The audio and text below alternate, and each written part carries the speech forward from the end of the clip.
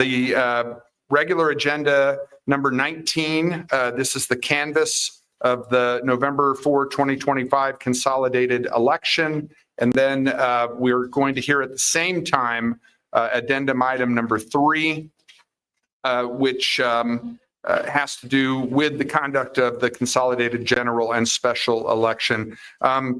Let's go first to item number 19. I'll move the item. Second. Moved and seconded by Supervisor Cano. Any discussion? All those in favor indicate by saying aye. Aye. Any opposed? Item passes 5-0. All right, let's go to addendum item number 3. This was put on the addendum by Supervisor Christie, so I'll turn it over to him. Thank you, Mr. Chair, and I want to thank the elections director and the county recorder for their attendance and participation. I know you got a lot of things to do, and it's probably not on your higher priority list to have to sit at a Board of Supervisors meeting, but we thank you for being here. The reason I put this item on is obviously during an election of this nature, there were a lot of questions raised from constituents and from the public in general. And I thought that this might be a very good time, since we were canvassing the recent election, to give an opportunity to the recorder and to the elections director to illuminate folks that might have questions or issues regarding certain procedures that might seem a little out of the ordinary or irregular, and to explain those situations. Basically, the item itself is to discuss the Pima County Elections Department and Recorder's Office activities during the November 4th of 25 consolidated general and special election, including but not limited to the operational differences between a typical Pima County general election and a consolidated vote by mail general and special election. That is a lot of words and a lot of terminology that I'm sure most of us aren't familiar with, and this would be a good time to have that discussed by those that are in charge of implementing it. So to save a little time, I'm going to throw a couple more questions into that general discussion so you can answer them without having to go back and forth like a tennis match here. So in addition to a discussion and an elucidation of the issues on the item itself, 2 more questions I have is why was the recorder's office doing ballot duplication and replacement rather than the elections department? And the second question to that is, and why no observers? And if that could be discussed and presented to the public, I think that would be very helpful as well. I know it would answer a lot of questions that I've been receiving from my constituents. And finally, there was a article or a news item regarding the elections, that there was a video circulating on social media of Pima County election workers emptying an overfilled ballot drop box. And of course, this created the controversy that I know folks have been experiencing. But I do remember at one particular point, I believe it was the recorder describing how those ballot boxes were going to be secured, and that they had special amenities that were going to make sure that there would be no tampering with them. And it sounded to me like it was the equivalent of Fort Knox. So I was very impressed with that. And in addition to all of the other safeguards, there was another item that those drop boxes were going to be surveilled by cameras. So I guess my question is, if there is surveillance by cameras, would not those cameras have detected an overfilled drop box? And I would just like to hear the response from you officials on that item. And at this point, you know the areas we're looking for. Please take your time and explain those situations for everybody's benefit of information. Thank you. Would either the recorder or the elections director like to respond, or are you both going to?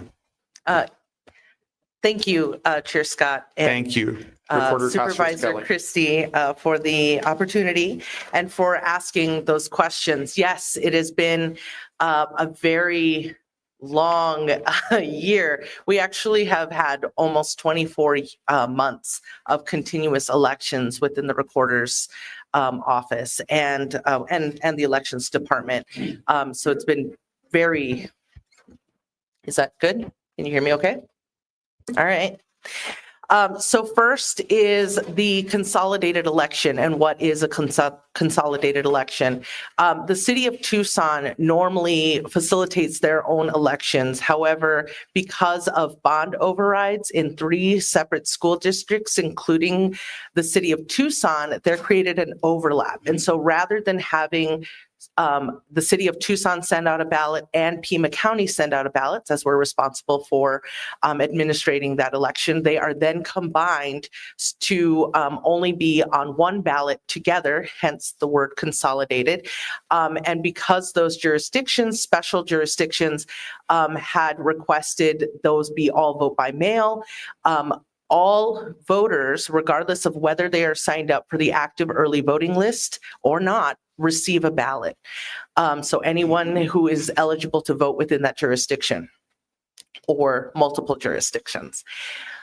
Because we send out a ballot automatically to every voter who is eligible, we then provide, the recorder's office then provides replacement ballot locations. Those are locations where a voter may show up in person and request a ballot. This would be considered their second ballot. It's a second request, which means that there is additional activities that we have to do within our system. We usually, if there's a reason that the voter did not receive that first ballot, it's usually having to do with either a voter registration issue or something of that manner, and we are resolving it during that time period. The replacement ballot locations act as extensions of our office, which, as you know, on election day, there's very limited data that is provided to the elections director via the electronic poll book. So they can't see the entire voter's record. However, during replacement voting, which is an extension of early voting, we can. So we are dealing with much more sensitive information during that time period, information that is protected by state statute. And we are trying to make it as easy as possible for people to participate. So that is the major difference. The elections department continues to process all the ballots. My office, the recorder's office, is responsible for the issuing of those ballots, anything having to do with the voter registration records, signature verification, and that is all. We then turn those ballots over to the elections department, and the elections department will open up those affidavits, remove them, and process them as has been described here many times before. In regards to duplication and replacement, that is still the responsibility of the elections department. We do, I'm wondering if there is some misconstrued information about that process. Other than the new ballot portal, which allows us to receive electronic ballots from military and overseas voters, we do not duplicate ballots that. Yeah, as far as the duplication and replacement, I think they're combining two things. So the recorder's office did have replacement sites where they replaced a voter's ballot if they've lost it, damaged, or whatever may have happened to the ballot. My office, I still do the same thing that I've always done. We still program the election. We still create the ballots and design them. And then we receive those ballots from the recorder's office. And after they've signature verified, and then we process them the same way. Of course, observers are always welcome and invited to be in our office when we're doing this. When we process those ballots, we open the ballots to determine, whether or not, of course, they are for the correct election, and whether or not they can actually go through a tabulator and be counted. If the processors determine that that ballot will not go through the tabulator, then it goes to our duplication team. So my office, the early board, actually duplicates any ballots that may be damaged and may not go through the tabulator. And then of course, we're tracking them, and they get put back into batches, and they go to the counting room to be tabulated. And so we still continue the same process that we've always done. We are not replacing ballots. And the recorder's office is not duplicating ballots. So it's still separated between our two offices. Thank you. To the third question, why are there no observers? I've been in office for 5 years. I have facilitated 12 elections, a number of them federal elections, including this past year.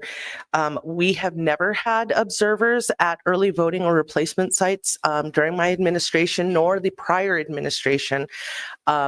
Within the recorder's office. That is not something that we have the infrastructure to provide. It is not something that is mandated by state statute. And I continue to emphasize that if there are people who are interested in learning more about our process, please apply to work within our office. We hire a number of people. They work, we struggle with this because unlike election day, which is one day where people can usually take a day off of work, we're trying to fill much longer periods of time. So an early voting site, replacement site could be open for a week, 2 weeks, 4 weeks, and that makes it an additional challenge to fill those seats. And so once people are hired as intermittent workers, they do undergo extensive training, including hands-on training. They are made aware of all state statutes and how we comply with those statutes.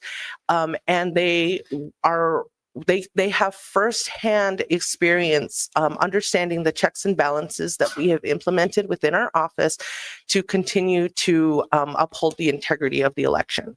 So I know that there had been some social media chatter about denying the recorder's office denying observers at a replacement location.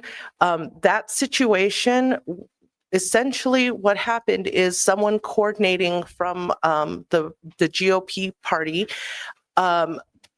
sent a list of observers intended to those locations, and they sent them to the wrong office. They sent it to the elections department, not the recorder's office. They sent it at 6 p.m. after the close of election day, the day before election, when no one was available. We were in the middle of our duties to prepare for election day. And that email, because there had been no communication and there is no process for that, was not received by the recorder's office until the next day.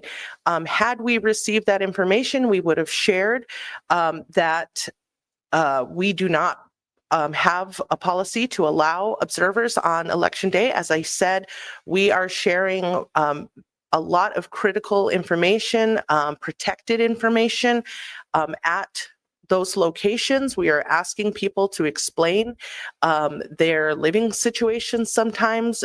We are troubleshooting how to, what documents they may have to prove residency or citizenship. We're asking a lot more information in those spaces and than one would on election day. So we did communicate with the party, and we are continuing to receive additional information. But as that is not required by statute, my policy will remain unchanged as it has in the past 5 years. The last question that you had regarding the election threats, a situation occurred where our ballot drop box, which has a capacity of 1,600 ballot affidavits, was filled to nearly 3,000. We were alerted about this from voters that said it's difficult to push the ballot affidavit in. And so that ballot drop box located on the east side of Tucson is right outside of our east side micro office. However, that was not a ballot replacement location. It is simply a ballot drop box. And so that office closes every day for lunch at noon. And we started receiving phone calls. We then got a hold of our staff who were on lunch. It took them a little time to close up the office and go out and check on the box. And what they found is that people were, and this is a great problem to have, they were stuffing the ballots to capacity, and they were just putting them in there. Madam They were Recorder, no I don't longer think secure. stuffing is a proper term to be using. That is literally the term that they that they were doing. Yeah, so close to Thanksgiving, I'm sure.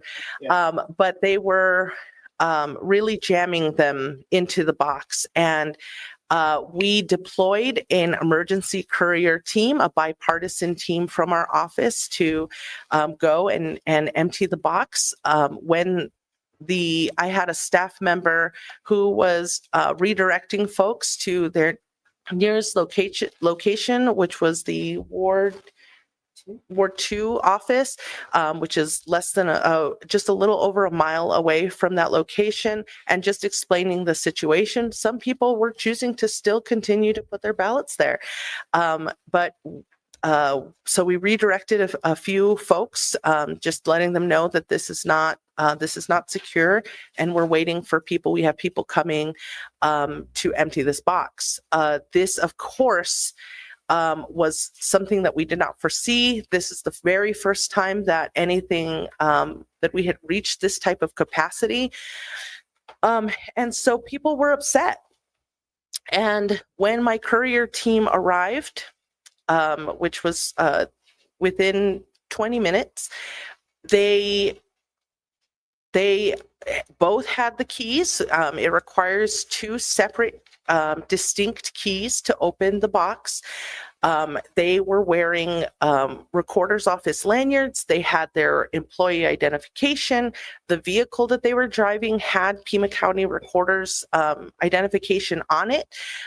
They had black transfer bags and zip ties, seals that they used to seal them. And so when they arrived, because the box was overflowing with ballot affidavits, they then had to wiggle out. That's a technical term, wiggle. They had to wiggle it. And they removed the ballot affidavits from the box and placed them in the secure ballot transfer bags. That process took a bit of time. And as they were doing that, we had a constituent filming that entire scenario. Everything that my couriers did was approved in our trainings. It was completely by the books. We have a clear chain of custody. Those ballots were secured and it was emptied. And while we had them emptying, I had a third staff member there directing people and explaining what they're doing. They're emptying the ballot drop box. You may leave your ballot directly in the transfer bag. And so the communication to the public was occurring. After that situation, that constituent, member of the public, posted that online, and that resulted in some outrageous claims that people were tampering with the box, that people were doing something malicious, and that was absolutely not the case. So that was all happening on election day. By the end of the day, by the next morning, we were starting to see death threats made towards our staff members, which is incredibly upsetting to our entire office. That is not normal. That is not okay. That is not acceptable. These are hardworking individuals. They have families, and they were doing their jobs.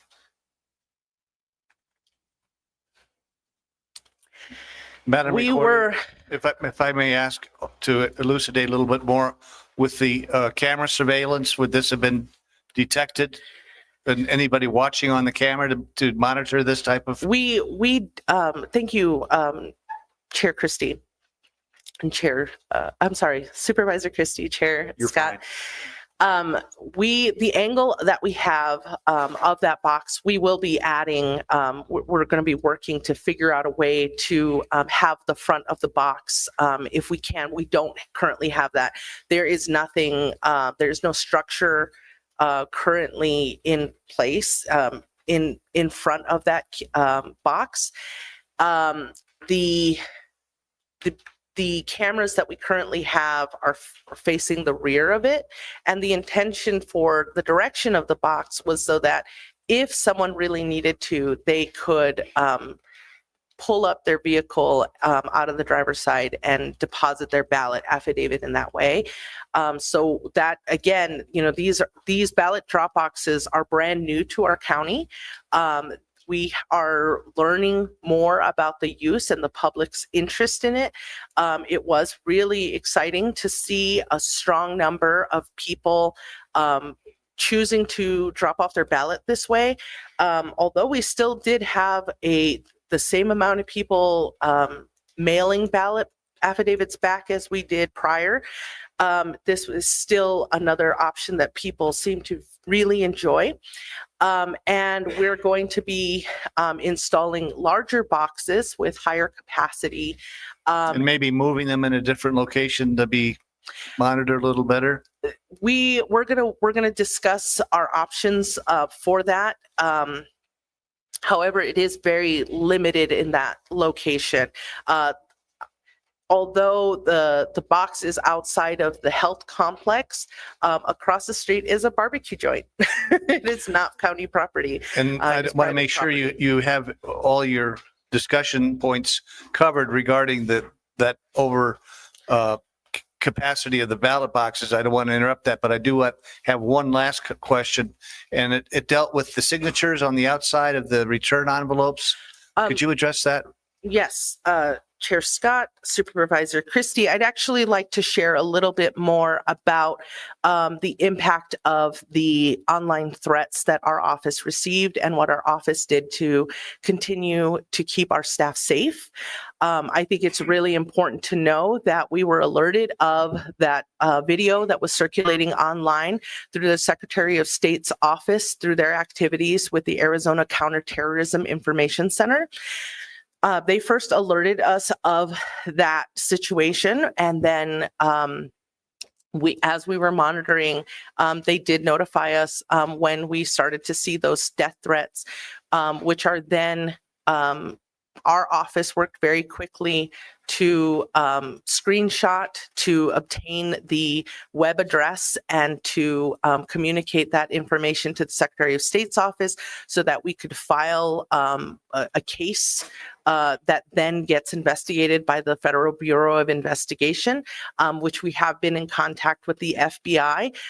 The threats to election workers and the intimidation is a criminal activity. That is not, again, it is not just abhorrent, it is also against the law. And so I want to make that exceedingly clear. We have taken it very, very seriously, and we are continuing to alert the county, communicate. We also filed a case with the Tucson Police Department and informed the Sheriff's Department through our threat liaison officers through the Arizona Counterterrorism Information Center what was happening, and notified the rest of the county what was happening, including our building. As far as the signatures on the ballot affidavit envelopes, the specifically part of the reason that it's so important that we have these ballot drop boxes are to provide an option for people who are not comfortable returning their ballot affidavit via the USPS. I will say that that the decision to change that ballot envelope was taken very, very seriously. We have talked to our colleagues across the state about what others have been doing and the response from the public. In all jurisdictions, they say they have a small number of people, and that's what we saw. We saw a small number of complaints about those.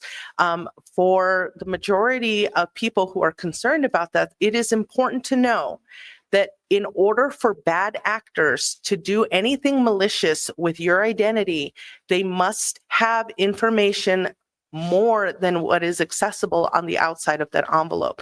They need to have your birth date. They need to have your social security number, your driver's license number, all things that our office protects by state statute. So on the outside of the envelope, if people aren't comfortable with leaving their phone number, for example, we strongly encourage people to visit our voter dashboard to confirm their information, that we have the most up-to-date way to contact you in case we have questions about your ballot.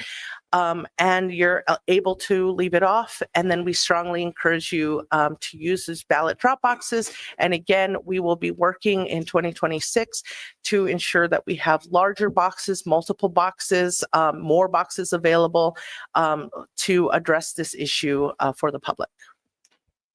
Supervisor Christie, any other No, I just want to questions? make sure that the elections director, as well as the recorder, is there any areas that of issue or concern that I missed in my questioning that you want to add to, or do you think that pretty much encompasses it? Chair Scott, Supervisor Christie, I just want to say that the Recorder's Office and the Elections Office, we're following the guidance of the Elections Procedures Manual in Chapter 3, which references the all-mail elections, as well as Chapter 16, Article 8, which is reference of the Arizona Revised Statute. So we are following the Elections Procedures Manual and the statute when we are bifurcated anyway, but the way that the election was set up, whereas the Recorder's Office provided the replacement sites on Election Day, and I did not provide vote centers. And yeah, that's all I wanted to say. Thank you. Mr. Chair, I want to thank our officials for being so open and loquacious with the explanation and for the time that you've given us here to explain all those things. And I have no further questions. Thank you. Any other questions or comments? Supervisor Cano? Thank you, Chair Scott. I want to extend my appreciation to our county recorder and to our elections director for answering some of these questions today. I really don't get the sensational rhetoric that was posted online. The integrity of our elections are secure, they're safe, and I implore any member of the public who has doubt in Pima County system to take a look at all of the information available to voters as it relates to their ballot process. I vote by mail, and I love the fact that when I submit my ballot and put it in the mail, as I do, I get a text message letting me know that it's been received. I get a follow-up text message to let me know that my signature has been verified by our elections workers and that it's been tabulated and ready to head for processing. And that kind of process reassures me that my vote is counted. And most importantly, I hope, Madam Recorder and our elections director and our county administration, that we hold hands with law enforcement as it relates to the intimidation and threats that are illegal against our election workers. These are incidents that they are not isolated, number one. And number two, it is incumbent on us to directly negate the rhetoric that is not factual and in fact is criminal when you put the lives of our men and women in our elections department and our recorders department on the front lines. These were individuals who had every amount of verification possible: the county shirts, the ballot seal transfer bag, the lanyards identifying them as county workers, and that to me just is it is a firm understanding of how divided we have come, Chair Scott, on this issue. And I appreciate Supervisor Christie working with our county recorder and our elections department to dispel the myths that exist as it relates to the integrity of our election system. It's an important conversation we have to have. I am looking forward to the additional reforms needed to check on the boxes a little bit more regularly. But I'm also celebrating the fact that 3,000 people went to one drop box on the east side to count their votes. That's a good problem to have. And as it relates to additional technologies, we'll have that conversation as we prepare for next year's elections as well. But those are my comments. And again, my appreciation to Supervisor Christie, to our county recorder, and to our elections director, Thank you, our elections workers who did an exceptional job with the consolidated election. Thank you, Supervisor Cano. Any other questions or comments, Supervisor Allen? I just want to echo Supervisor Cano's comments and just layer on, please share our gratitude to all of the employees of the elections department, the recorder's office, for their incredible commitment, thoroughness, integrity, and we wish them well, for lack of better word, for standing strong, for doing such important work for the county despite threats and attacks. So please share that with them, and thank you for all that you do. Thank you, Supervisor Allen. Any other questions or comments from board members? I want to thank Recorder Casares Kelly and Director Hargrove for joining us today. Thank you very much.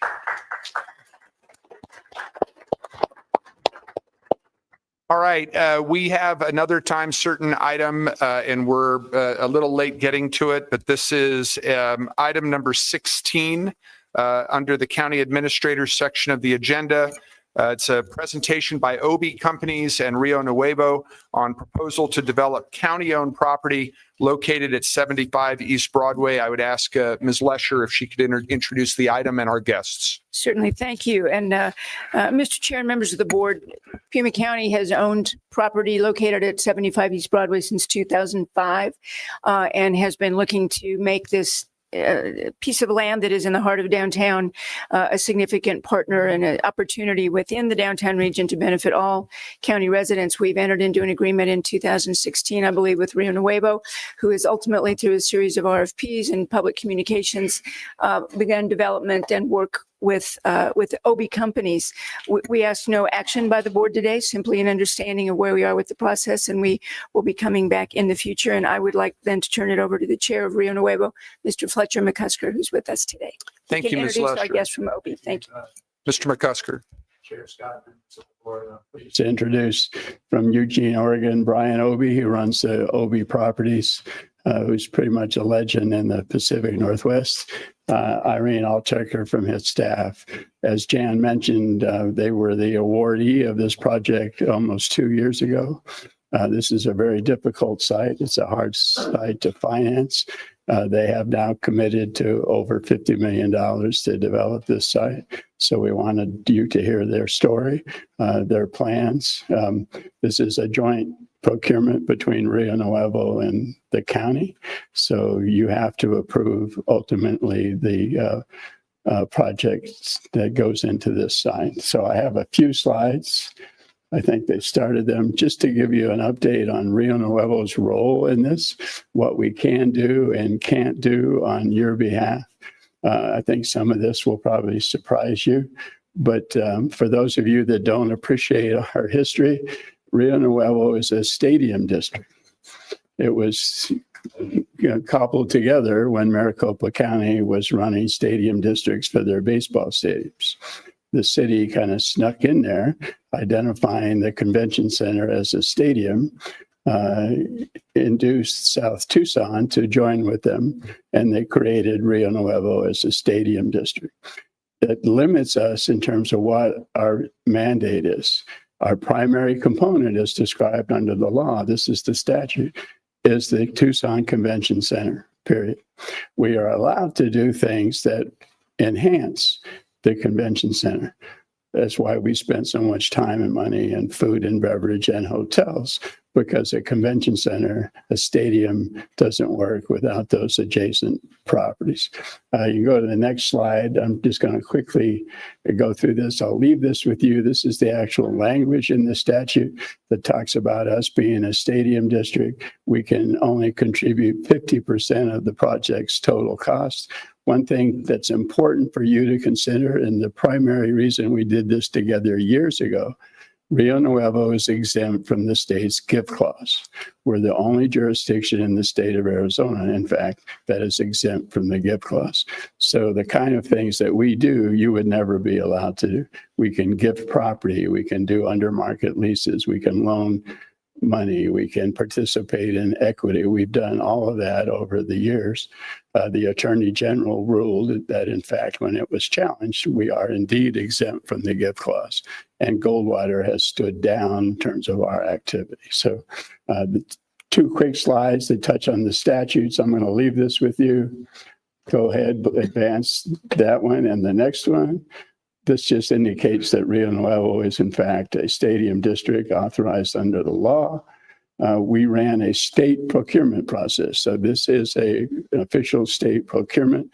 They were selected as the awardee by an evaluation committee that included Rio Nuevo and county staff. It also included an architect, a contractor, and an independent member of that committee. Next slide, please. This is what we've done with state money over the last 10 years. You can see that we've doubled our tax base. The city gets the same amount of tax that we do. The state gets the same amount of tax the city does.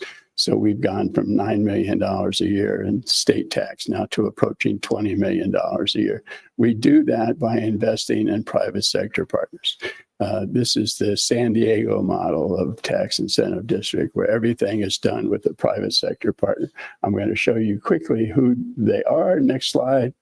And then I'm going to get out of Brian's way. You see the leverage that we create with our investments. That's almost 10 times. In the time that I've been on the board, we've invested about $160 million, but the private sector's invested over $1 billion. And we are primarily the gap filler. We attract the commercial lenders. None of these projects get done without a bank. Downtown Tucson is very difficult to finance. We have found that Rio Nuevo's participation fills the gap that makes them credit worthy. And then the last slide is just our projects in the last year. Those are fun. I'll leave that with you. We've achieved a lot of notoriety for what we're doing, including the #2 food city in the United States, right behind New York. And I think my last slide is just a summary of our deals last year. Of all these deals, all but one of them is to a small local business. You'll notice that we participate on a bigger percentage with small businesses and a smaller percentage with big business. On a project of this scale, our contribution will be someplace in the 10 to 15% of the total cost range. This is very similar to what we've done with other hotel projects. I would like to introduce Brian Obie. Brian joined his father's billboard company, I think, when he was 11. This company went public. His retirement plan, however, was to become a hotel developer. They have a number of very successful projects that are very local, very activated, surrounded by retail, surrounded by pedestrian promenades. Mr. Obie is also the former mayor of Eugene, Oregon, and a member of their planning commission. So he's been really a delight to work with. Please meet Mr. Brian Obie. Thank you, Fletcher. Thank you. Thank you very much. I'm a legend before my time. I've never been introduced that way. Chairman and board, thank you for having us this morning. Irene Altucker is both a resident who has a home in Eugene, but also has a home here. And in many respects, that's what brings us here, as well as this particular site, this particular community, this particular downtown, because it is there to be done what we do and what we enjoy doing, and the aspect of making a difference with the time that we have on this earth, and making a difference in the community and activating downtowns, if you will. And my role here today, what we like, is just to introduce you to us so that you have an understanding who we are and perhaps our ability to carry off this project. That site's been sitting, as I understand it, for nearly 40 years in the condition it is. And it is challenging, but we can do it. And we've done it before, and we will do it.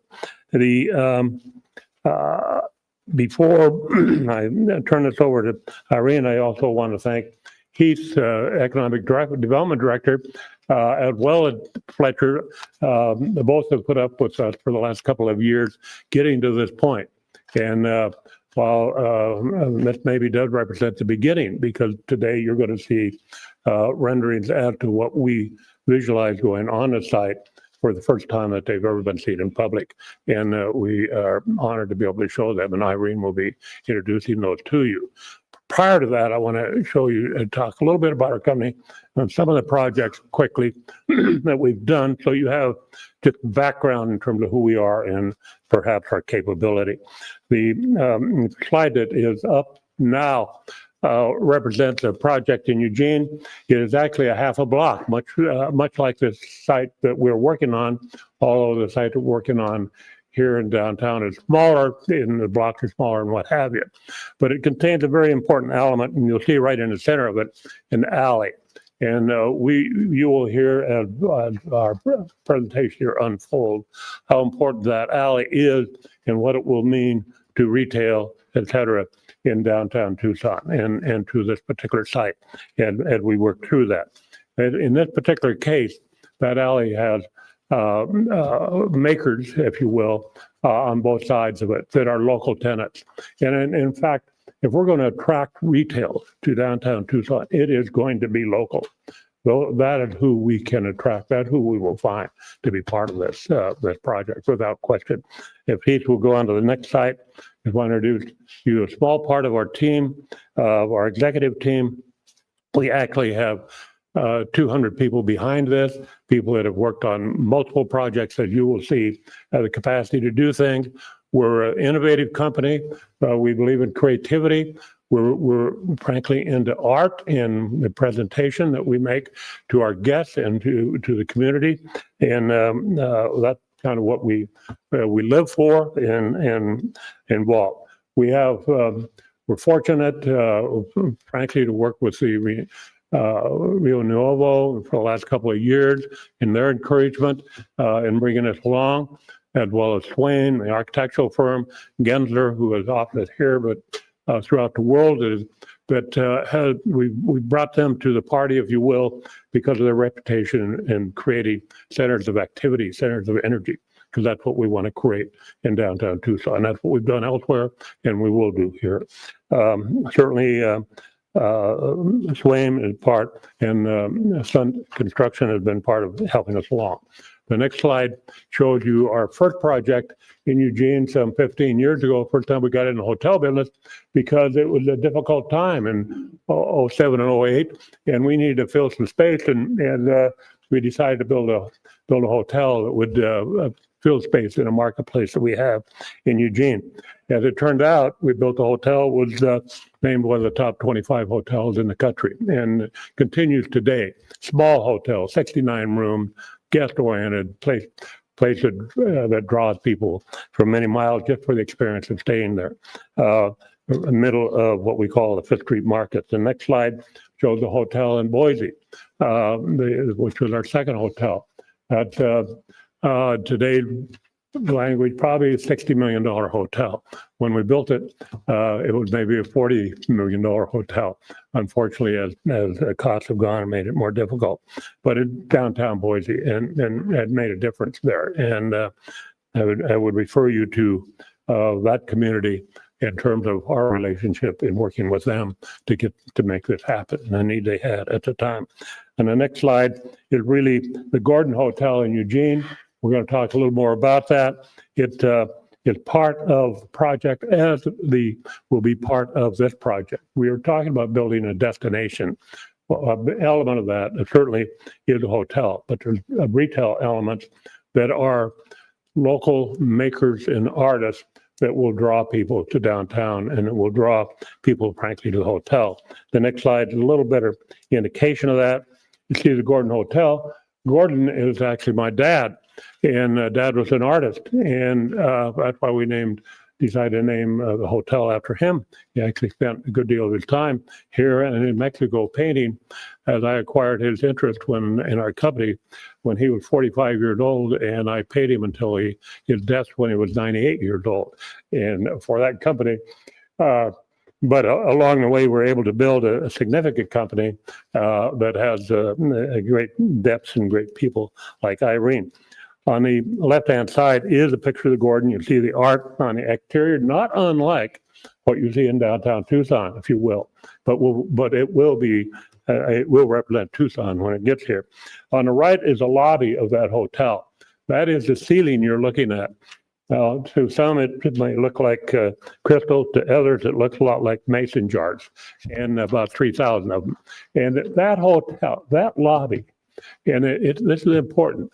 You know, on any given Friday, Saturday night, perhaps other times in celebration, you cannot tell whether you're in a lounge, a bar, an activity center, or a hotel lobby, and that's what we love. That's what our guests love. That's why they come to it. That's why the community comes there. The next slide represents the alley that will be adjacent to the hotel that Irene will introduce you to. That will go between Scott and 6th, and with the Congress Street properties on one side and this new development hotel on the other. This alley will be a center for local purveyors of their goods. And this could be anywhere from jewelry makers to jewelry sellers to artists to gift stores.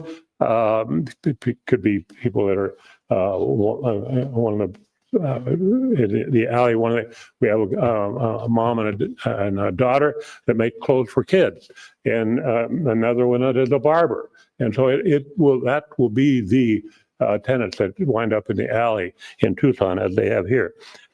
It is obviously a center during the holidays, any holiday, not just the Christmas holidays, but it's also when we celebrate the rally in the alley when the Ducks are playing.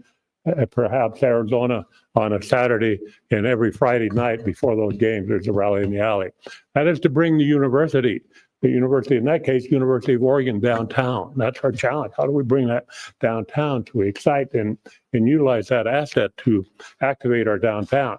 Same opportunities here, and we will be chasing that opportunity and believe that we can do that. And we look forward to rallies in the alley in downtown Tucson. And we certainly have spent time already exploring that possibility and those connections with that. And our local partners will help us without doubt. The next slide is a project that actually our executive team had a groundbreaking slide in Corvallis, Oregon. We broke ground for 4 months ago on that. It's an $80 million project. Downtown Corvallis on a river, community much smaller than Eugene, much smaller than Tucson, but it is both housing and a hotel and multiple restaurants in related to that. It would be catalytic to downtown Corvallis without question. The next slide, a project we're going to break ground on in about 3 months in Eugene, called the Station House, adjacent to, much like here, but it's adjacent to a rail station that we also have a tenant in, 100-plus-year-old building that this goes next to. And so it honors the past as well as the present. And that is also what we'll be doing in downtown Tucson. With that, I'd like to introduce Irene Altucker, who is so fond of Tucson, as we all have become, and to introduce you to the project in reality. Good morning. Good morning. It's an absolute honor to be here today. As has been mentioned, it's been a few years that we've been working on this, but I started coming to Tucson over 40 years ago, and several years ago, my husband and I purchased a home here. When I joined OB Companies 9 years ago, Brian said, what is it about Tucson? And is that something that we should consider about Tucson? And when Fletcher showed the list of Tucson successes, I think more and more people come to Tucson and fall in love with Tucson. So we embarked on, through my visits, to see whether there might be a place to develop in Tucson. Next slide. We looked for a criteria of what would be proximity to the university, what would be linking to the convention center, and what might be in the heart of downtown, near Hotel Congress. Previously, there used to be Hydra Boutique on the corner of Congress and Scott, a favorite of mine, and Johnny Gibson's Market. So that area was a real draw. Little did I know, next slide, that Rio Nuevo would put out this RFP and request for proposals. And so I brought it to the OB team and said, here is a project that we should consider. We brought our president of hospitality down here to visit Tucson and explore about what it is about Tucson that makes it so special. And when Rio Nuevo put out this request for proposal of a vacant lot to be studied, we provided an outline of what we anticipated would be and could be built here. After receiving the exclusive negotiating agreement, we took on months and now years of studies, of market studies, of architectural studies, of financial studies to determine what would have the most success. And we also talked to a lot of Tucsonians. What is it that you would like to see downtown? And overwhelmingly, it was retail and vibrancy and a similar venue to our alley, our Fifth Street Market alley. So, next slide. We have landed and are presenting to you today the Tucson Inn and Market. It's unusual where you have a hotelier who has so much focus on retail. In the slide that Brian showed you of the first hotel in at the Fifth in Eugene, right in the lobby is the Pendleton store. That is the highest grossing Pendleton store in all of their stores. The link to the hotel, people visiting the hotel go right into the Pendleton store. We understand the link between visitors and hotels and retail and the success and impact it can have. We have designed this hotel so that the ground floor is retail and that we are paying attention to the neighborhood. Next slide. This is an important concept from us as developers to understand the neighborhood with which we are going to be in. That Miss Saigon is right across the street. That Johnny Gibson's Market that is being transformed to the food hall and event space and the market on the corner. That the Chicago Music Store and the stores on Congress and the restaurant that will soon open on the corner of Scott and Congress, the Cornish Pasties. This is going to be a draw. And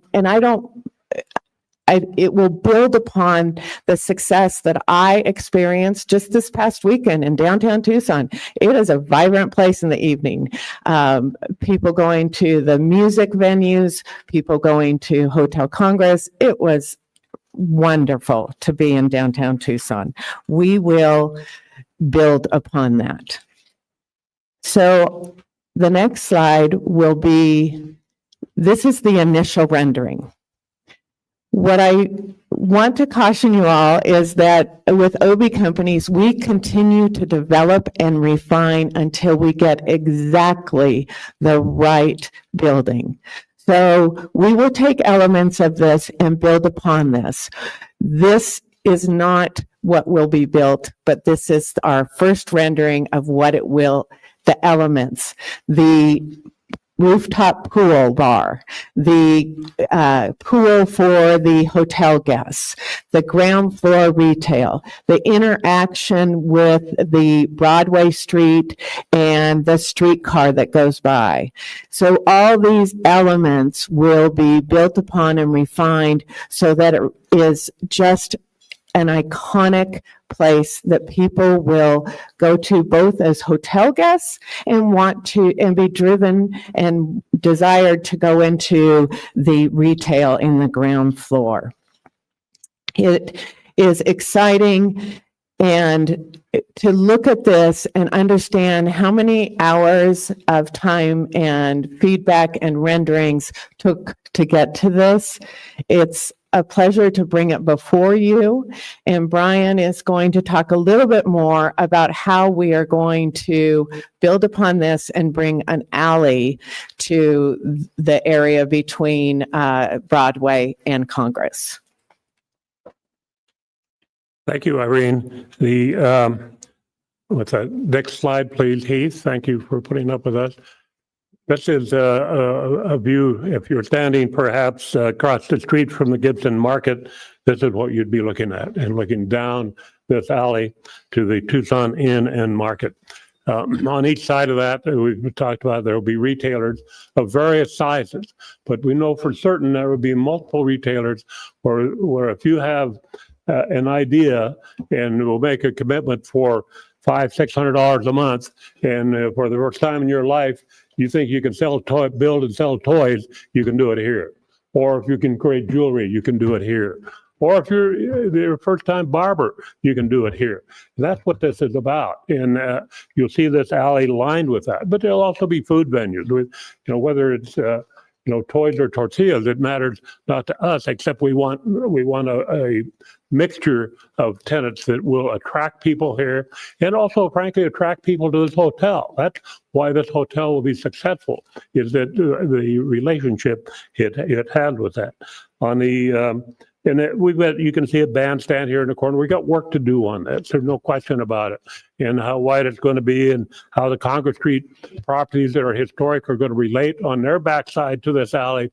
We've got the owners in the audience here today, and we had great partners that will be working later today on that relationship, and have worked on it for many months so that we can activate both sides of that alley and frankly those buildings in the downtown in a significant way. Our guests will find a great pleasure. And then our last slide I wanted you to see was to some extent the ground floor.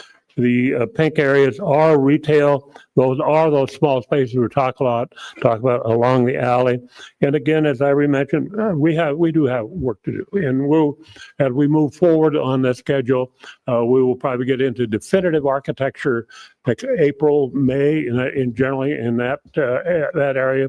Move to structural architecture, engineering, et cetera, take over the next year, permits, et cetera, and hopefully be underway in 2027 in terms of actually construction going on.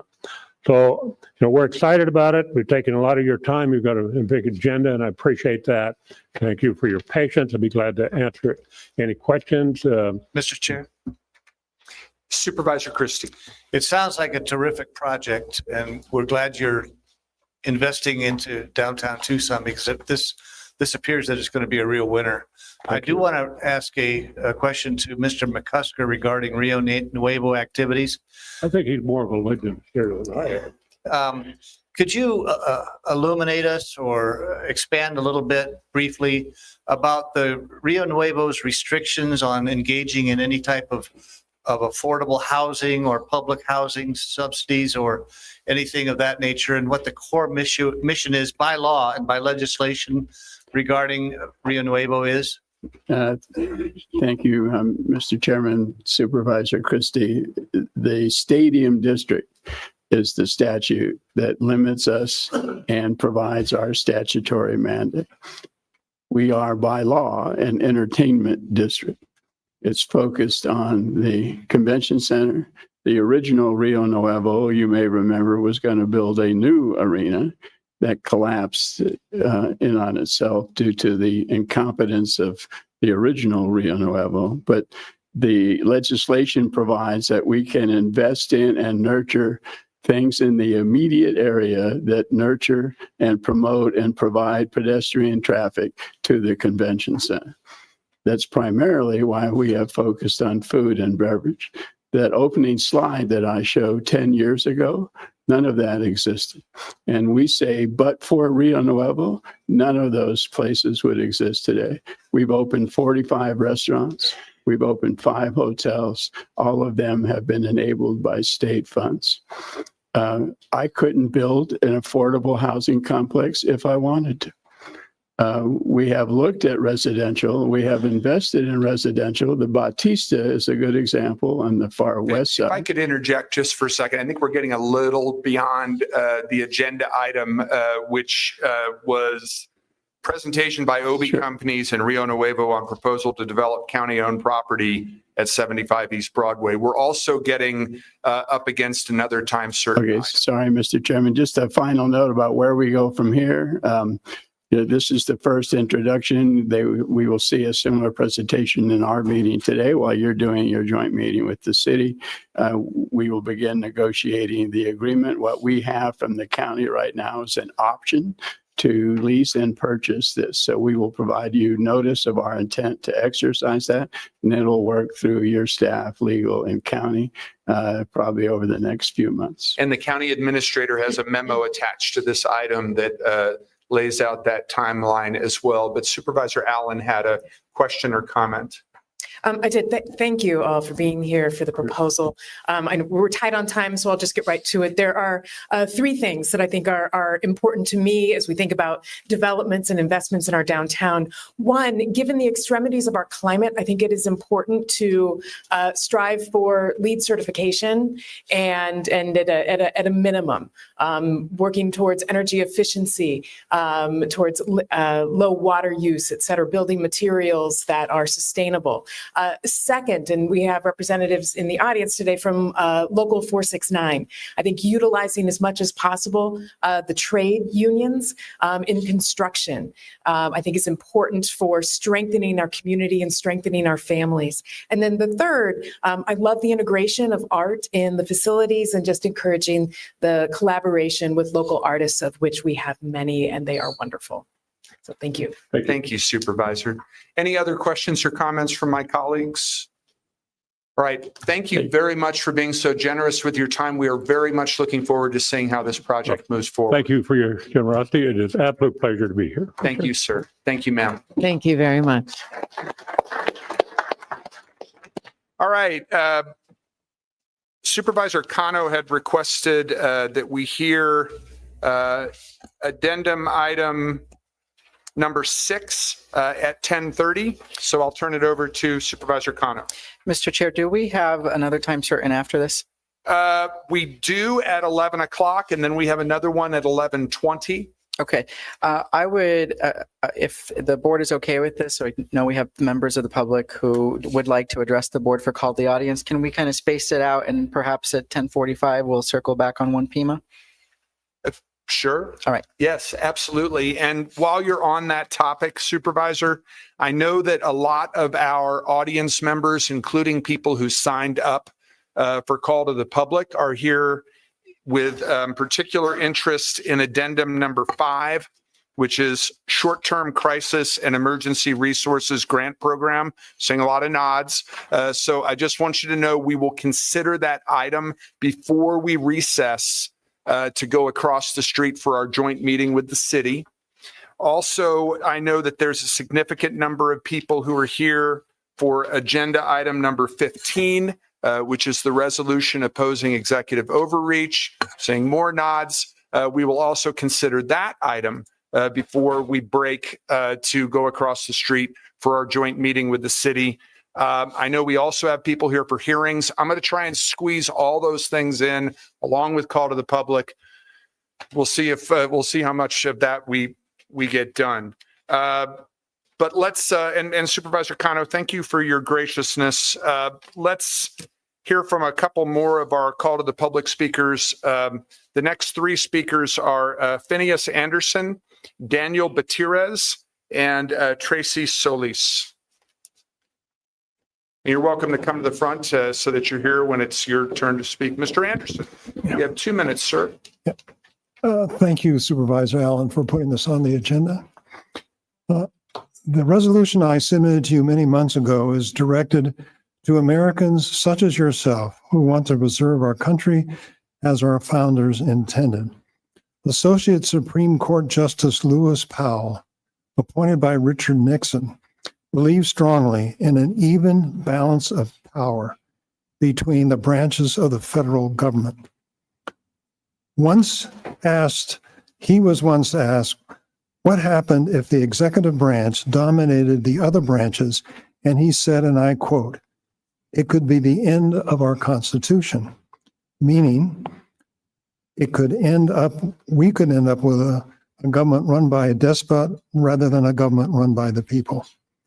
Adelita Garhalmo, at her swearing in last Wednesday, and I quote, "What is most concerning to me is what the majority in this body has failed to do, hold Trump accountable as a co-equal branch of government that we are. Trump's threat to our democracy is a very serious matter. He has immunity. He has eliminated all the guardrails. He pardons seditionists and felons. He is doing everything he can to suppress the vote and rig the results of the upcoming midterms. He ignores the courts and his congressional enablers do his bidding. By passing this resolution, you're staying up and fighting for our Constitution, and doing so, you will be setting an example for other counties in Arizona to follow you. Thank you. Thank you, Mr. Anderson. Mr. Gutierrez.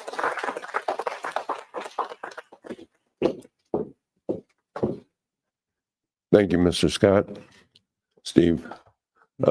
I came before here last year, September, and I brought to the attention of the board that they had set 400,000 aside for the homeless in our community and 20 million to bring homeless from all over the world, put them up in housing, feed them, clothe them. Well, we have citizens dying in the streets here, our own people dying in the streets. One of them happens to be last Saturday, not this past Saturday, Saturday before, my own sister, who I have to go now with the children of my family and explain to them why we have to pull life support off of them. She is my passion. She's why I am such an advocate for the homeless.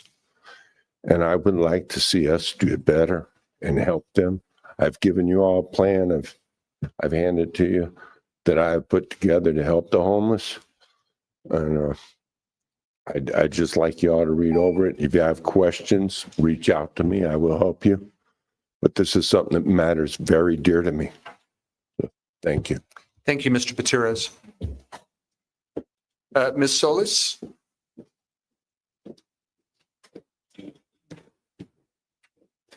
Hello, thank you for having me. I apologize, my nerves are a little on edge here, but I am homeless currently, and you would never know, would you?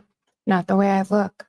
There are a lot of people where I'm... You might want to move the mic closer. Sorry. There's a lot of people where I'm staying at right now, the Salvation Army Hospitality House, a place where my parents and I, as a young child, went to volunteer and help too. Our community is really important to us, and I feel like if we reprioritize funds properly where they need to be, we can resolve all of this. There is a BMX bike track that's about to be built. Is that necessary? The question. Is the hotel that they talked about that will be so beautifully erected, is that necessary? We have a bunch of abandoned buildings that are here in town that we can utilize to help the homeless get off the streets. We can also take the art installations that we have that are coming up and pause them. Let the colleges put those in their curriculums so that the students can show everyone what they have learned in the colleges that we have funded. Let them show us that we can do this. We also have so many things that the casino that I've heard that is coming that could be utilized in a different way. People say that the reason why, sorry about that. People say the reason why our homelessness is so hard is because of the drug use. I am not a drug user. There are so many people and women that I am staying with that are not substance abuse people. We are just down on our luck. I have heard that this is a landlord town. That is not right. I got evicted unfairly for false advertisement. I've been evicted before. That was your time, ma'am. Thank you so much. I appreciate you. Thank you very much.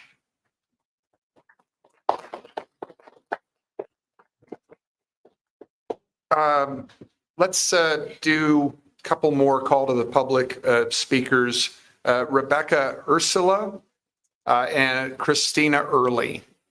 Rebecca?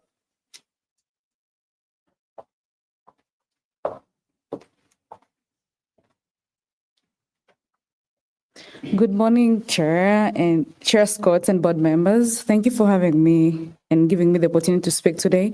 My name is Rebecca Ursel, and I originally come from the Democratic Republic of Congo, and I lived in Tucson for about 3 years now. When my family and I first arrived, we relied on food stamps and housing support for quite a number of months. When we started working, all that assistance was cut off, making the transition extremely difficult as we adjusted to a completely new system. Over 75% of refugees who arrive in the United States, come without being fluent in English, and many of us communicating, reading, and finding a job is incredibly difficult and challenging. In my family, those of us who were 18 years or older, we are told to focus solely on working, not school, but we refused to give up on education. We chose to work and study at the same time. Now, 3 years I will be graduating in May 2026. When I talk to so many other refugees who have been here longer, for more than 5 years, many say they never pursued school or education because things were so difficult financially. Most refugees work minimum wage jobs, and single income cannot cover most of their basic needs. What breaks my heart is seeing how government cuts to SNAP benefits are impacting newly arrived refugees and asylum seekers. When we are in refugee camps, we are told so many great things about this country. No one prepares you for the realities. Imagine coming to a new country, hoping for safety and opportunities, and finding that you do not have those opportunities and even what to eat. How would you feel? How long will it take you to recover from that? To everyone listening here today, even if these changes or challenges do not affect you personally, when people in your community struggle, it affects you. It affects everybody. I urge you to consider agenda item 4 and 5. Thank you. Thank you, ma'am.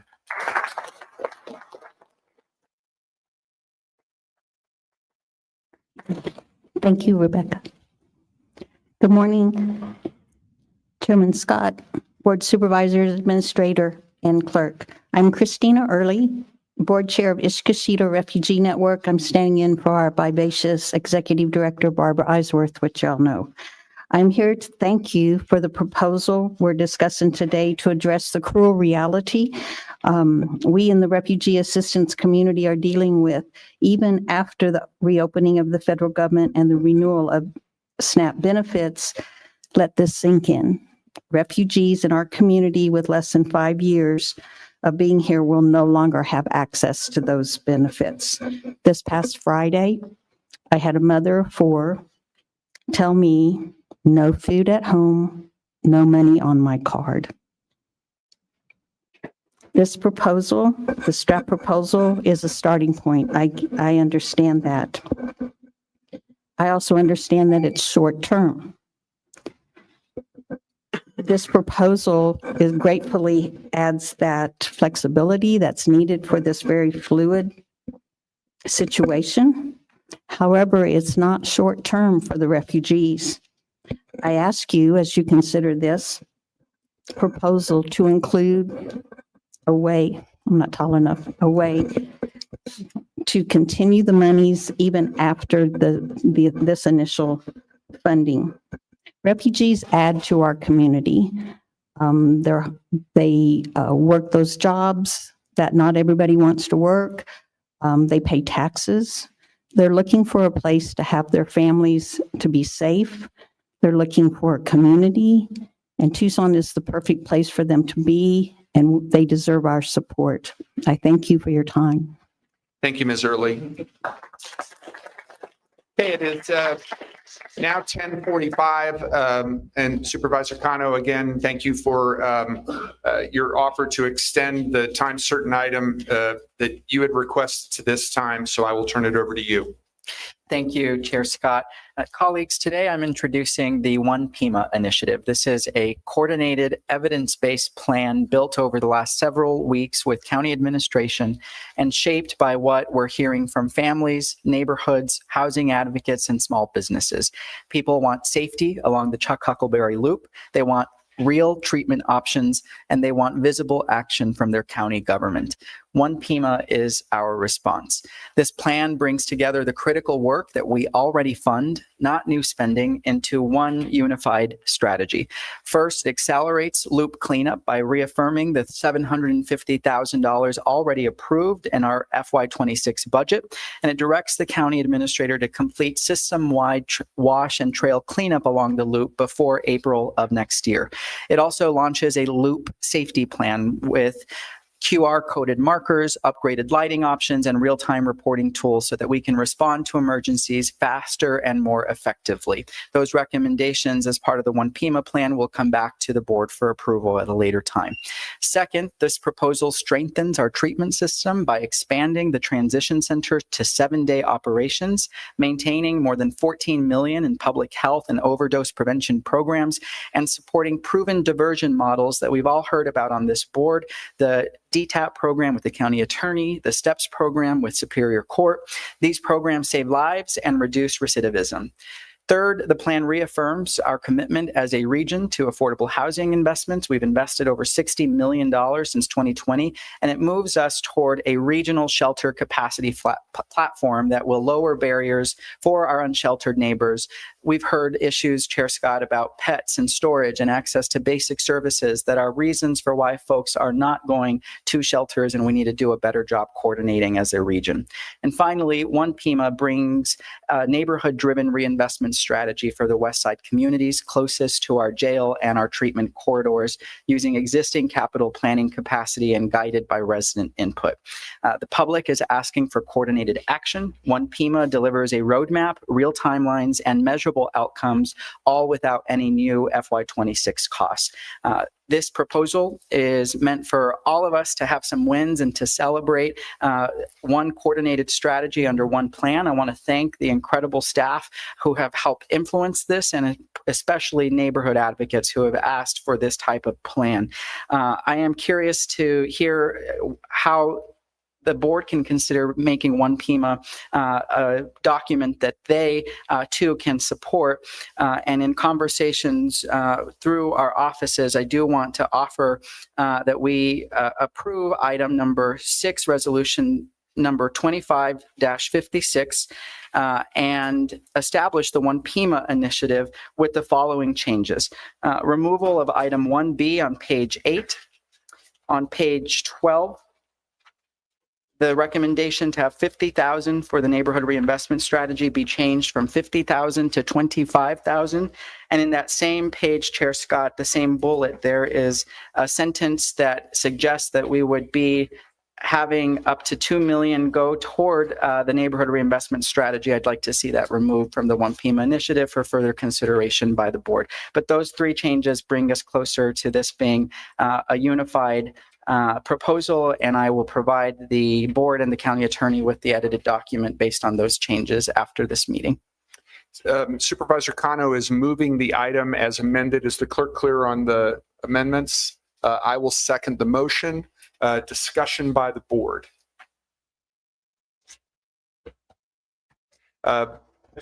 Supervisor Christie. Yeah, I think I would like to ask the county administrator if there would be a possible analysis of the costs involved in this proposal.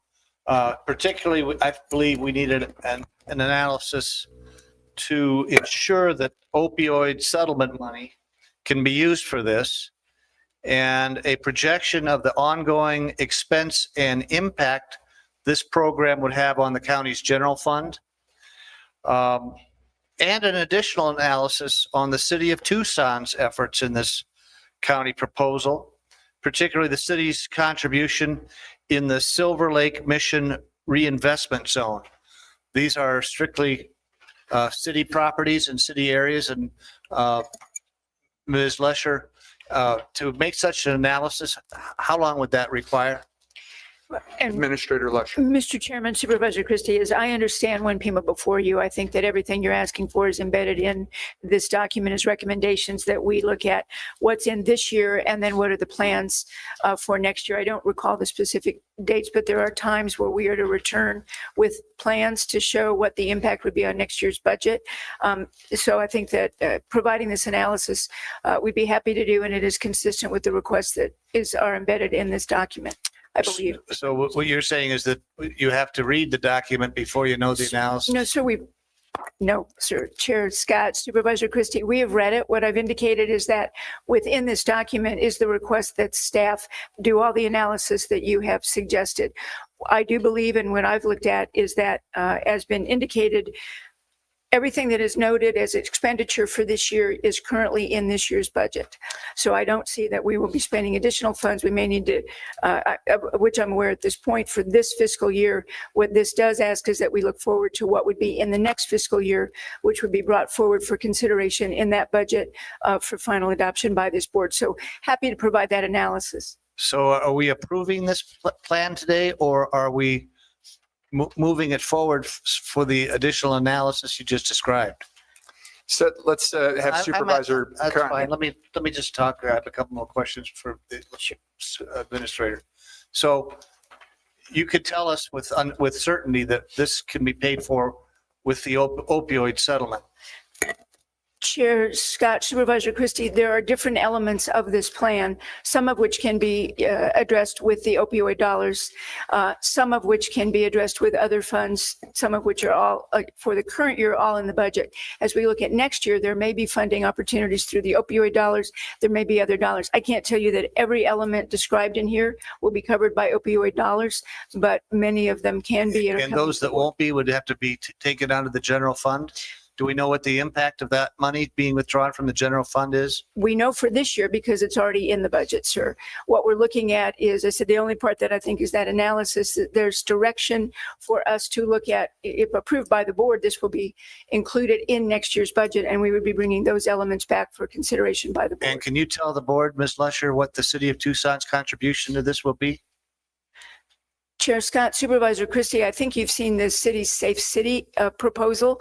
And I think for additional granularity, frankly, on what they're doing and we're doing is the topic for the joint meeting, which will occur at 12:30 today. Well, I appreciate that you're very confident that these items will be covered financially, but I don't have that same confidence. And I firmly believe that there should be a more in-depth analysis, particularly with the opioid settlement. You yourself said you're not certain which elements of the opioid settlement will cover this and which will not.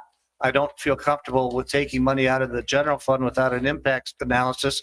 And I'd like to know what our partners in the city of Tucson are going to be providing for this. Thank you, Mr. Chair. Thank you, Supervisor Christie. Supervisor Cano. Thank you, Chair Scott. Supervisor Christie, the One Pima plan expands the transition center from 5 days to 7 days. We've received a memorandum from the county administrator making that suggestion, and the opioid settlement dollars are the funding source for that proposal. The city of Tucson has committed to supporting an additional FTE as part of this commitment. The Safer Center is a sobering alternative for recovery center, is a pilot program on today's agenda, actually, and is also being funded through opioid settlement dollars.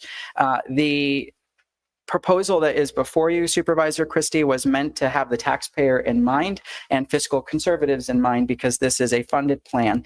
And We will have a conversation this afternoon about what the city and the county will do together. I am viewing this from the perspective of the county only.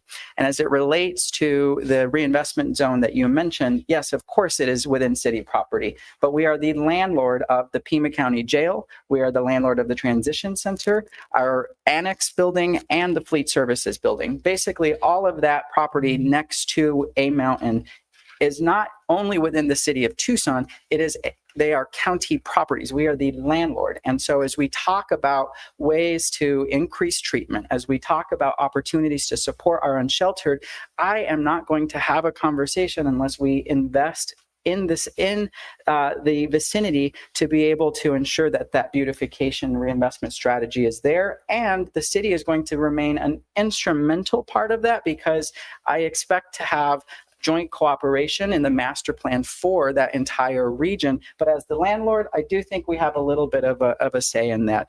And last but not least, I am so grateful for the steps that we have taken to make sure that we are signaling to the public that we're taking treatment seriously. Two of the most impactful programs that we have as a county, you've heard about them on this dais, are the Drug Treatment Alternative to Prison program with the county attorney. This calls on us to renew our commitment when board recommendations for the budget come in, that we support more people through that program, taking people away from jail, putting them into treatment and into diversion programs. And it's the same proposal, Chair Scott, with the STEPS program that all of our presiding judges at Superior Court and our judges at Superior Court have indicated is a worthy investment, because it actually saves taxpayer dollars, gets people out of our justice system and into the treatment and diversion programs that they need. And so I hope that those answer your question, Supervisor Christie. One last question, Mr. Chairman, Please. Supervisor Cano. Could you tell us where the Silver Lake Mission Reinvestment Zone is located in the supervisoral district? Yes, that is in District 5. And that is your district? Yes. Thank you, Mr. Chair. No more questions. Thank you, Supervisor Christie. Any other questions or comments from board members? Supervisor Allen. Well, first of all, I want to say an enormous thank you to Supervisor Cano and his team and the administration for working to pull this together. I think this is an incredibly helpful compilation that it puts in one place the many layers of services and programs that the county has propped up that serves our community around substance use disorder, housing, mental health treatment, how it connects to the criminal justice system that the county supports. I think it's a much needed and very timely process. So thank you for doing it. It was not an easy lift. I wanted to just a couple things that I think are so important within it that I think are really important. So one is that it lifts up something that we did during COVID, which was to keep a running tally of shelter beds, of available shelter beds. During the COVID crisis, we knew where beds were across city and county lines, and could then, as folks came to, whether it was our offices or went to one program or another, we knew where we could direct people. We knew where there was availability, and that has since kind of fallen to the side. I think resuming that is incredibly important. One thing that I would want to think about how to add in would be doing something comparable for detox beds, as well as longer-term recovery beds, so that we know at any given moment when somebody is ready to go into detox, that we know where there is availability. And when somebody comes out of detox and wants to make the shift to recovery, we know where there is availability. And that knowledge, that understanding of where there's availability should be able to cross, whether it's a city program or a county program. So that would be one addition that I'd want to kind of figure out where we could weave into this plan. Yeah, with that, I'm very excited that's put together, and thank you again. Thank you. Any other questions or comments from my colleagues?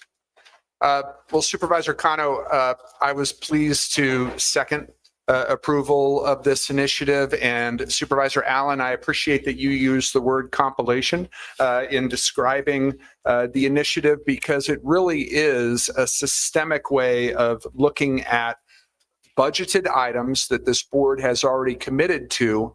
But what we're being asked to do by you putting this together is make a long-term, a sustained commitment to programs that are going to help address a lot of difficult issues in this community. And I just want to, with specific reference to the DTAP and STEPS program, let my colleagues know that when we've had our justice system partner meetings that Mayor Romero and I have convened with representatives from the courts, the police and sheriff's department, and the city and county attorney's offices, expansion of those programs so that we can get more people who get involved in the justice system the kind of help that they need for dealing with addiction. Expansion of those programs is something that has been advocated for by the courts, by law enforcement, by prosecutors. And I want to especially thank the presiding judge of Superior Court, Judge Lifsky, for the dialogue that she is encouraging amongst the courts, law enforcement, and the prosecutors. But I think this action by the board shows our level of commitment. And I really appreciate the questions that Supervisor Christie had, because as the county administrator pointed out in response to his inquiries, while we are making a commitment to these items through this initiative, as part of the budgetary process, we will revisit them and we can revisit them one by one if necessary. Any other questions or comments from my colleagues? All right, all those in favor of adopting the item as amended indicate by saying aye. Aye. Any opposed? Opposed. Item passes 4-1 with Supervisor Christie opposed.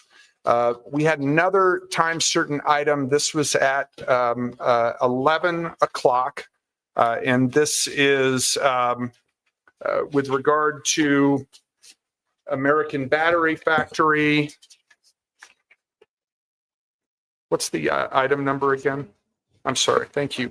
This is item number 29 under real property. And I will turn it over to the county administrator to introduce the item and our guests. Thank you very much, Mr. Chair. And if I will point out, I think it was December of 2022 when it was a day in which we had I think it was a 12-0 unanimous vote of representatives from both the city and the county. And what we have today is simply an amendment to the lease purchase agreement. We do have staff here from Economic Development, Mr. DeBonis, and representing American Battery Factory today too. Mr. Khan, thank you for being with us. Thanks for having me. Thank you very much, Ms. Lesher. And just preparatory to our conversation, I will move item number 29. Thank you. Moved and seconded. Was that Supervisor Hines? All right, thank you. Moved and seconded by Supervisor Hines. And then Mr. Kem, any comments that you want to share with the board preparatory to our vote? I would just like to add in that great being here today. Great to see you all. We continue to work aggressively to bring this project to fruition. We asked you previously to change some of the timeline, and that's what we're back here asking for today formally. The staff's been very supportive in trying to figure out the details and make sure it all works right. But essentially, this has been driven by a combination of things, really just a delay in the full funding we need for our project.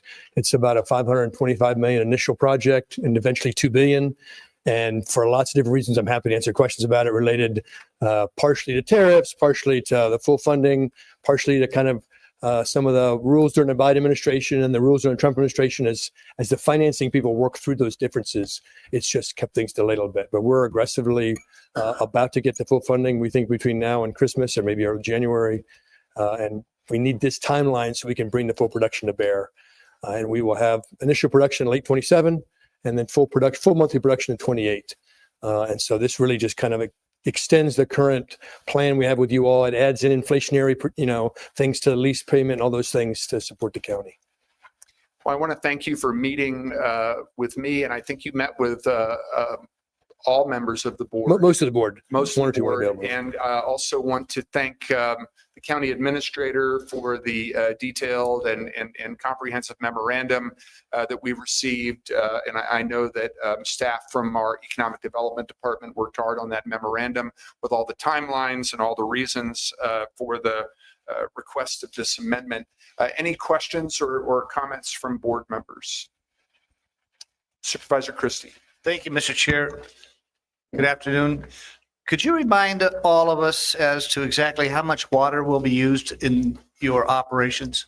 I'm happy to provide you the exact numbers through the staff after this, when this is done. But effectively, we're not a huge water user. An example I would give you would be, I'll give you quick numbers off the top of my head. For just having people on site, 300 people on site requires you to have about 6,000 gallons a day. Now that goes through the regular toilets and all the processing that happens with regular things. In addition to that, we use about double that for deionized water every day. Deionized just means they take out the calcium and magnesium because that affects the chemistry of the cells. But that isn't lost. That's mostly recycled. In some places, it's evaporated off because it's safe and you don't want to have to put calcium magnesium back into the system. So we're not a huge water user. In the end, we're about 20,000 gallons a day in the aggregate for a very huge factory.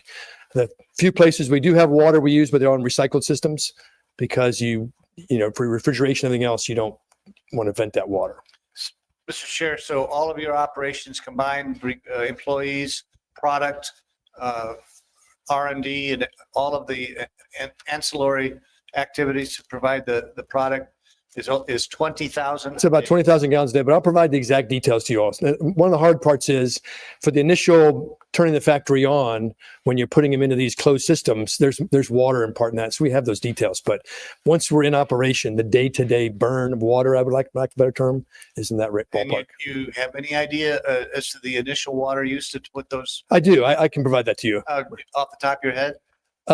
It's probably an initial 500,000 gallons to fill the factory. 500,000 gallons. And that then would descend. And then most of that is recycled. There's always a little bit of a loss in processing systems, but essentially new water, and then it goes into the discharge system is what the initial numbers I gave. So what do you think the day-to-day burn of water is? I would say about 25,000, 30,000 gallons a day. 25,000 to 30,000 a day. Yes. Thank you, Mr. Chair. Thank you, Supervisor. Any other questions or comments from board members? All those in favor of Chair Scott, this is Carmine DeBonis in the back. Sorry Mr. to interrupt. And there was one item that is inconsistent between two sections of the agreement. I just want to get on record that in section 1.1.3, there is the correct date of June 1st, 2028. In section 1.1.2, it states July 1, 2028. So 1.1.2 should include that June 1st, 2028 date. And apologies for interrupting you like that. Not at all, Mr. DeBonis. Thank you. Did the clerk make note of all those? Thank you. And we're fine with the correct date of 1 June 2028. All right. Thank you, Mr. Kim. All in favor of, Supervisor Allen, did you have a question? I apologize. I have one question, Please. and the agreements around this were all developed before my time, and I don't recall if I mentioned this when we met a couple of weeks ago. But I am curious whether or not there has been any agreement to use union labor as part of the construction process, if that was part of the initial negotiations. Yeah, so in the initial negotiations, it doesn't formally require it. Right. I know in the end we will be doing that. The challenge for us is we're not, based on the financing deal we're doing, we're not sure if we or somebody else gets to pick who the actual construction contractor is at this point. We'll know it shortly. And so that can drive some of that. But when we do this, when they're finally selected, then we'll be able to work through some of that. Okay, I hope that happens. Thank you, Supervisor. And Supervisor Hines, I need to revise my motion to approve as amended. Is that suitable to you? Absolutely. Thank you, sir. All those in favor of approving item number 29 as amended, indicate by saying aye. Aye. Any opposed? Item passes 5-0. Mr. Kem, thank you very much. Thank you very much. Appreciate it. All right. Mr. Vescovi Chiordi, thank you, sir. And Mr. DeBonis. All right. We're going to have another time certain item requested by Supervisor Allen at 11:20.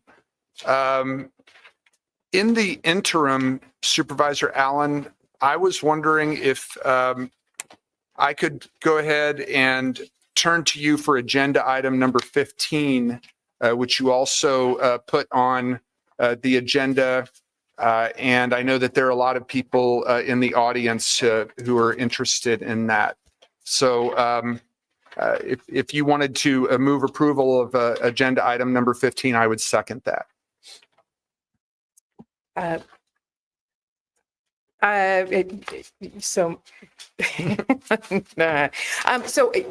Yes, we'd like to move item number 15, which is resolution number 2025-52, opposing executive overreach, supporting the U.S. Constitution and defending our democracy. Now second.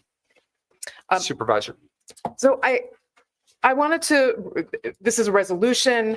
I wanted to very quickly read the resolution. This is the resolution 2025-52 of the Pima County Board of Supervisors opposing executive overreach, supporting the U.S. Constitution and defending our democracy. And pardon my speed, we are late on time. Whereas the Pima County Board of Supervisors maintains that the U.S. Constitution is the basis for our democratic republic and our civil society. Whereas the first three articles of the U.S. Constitution establish three separate but equal branches of the U.S. government.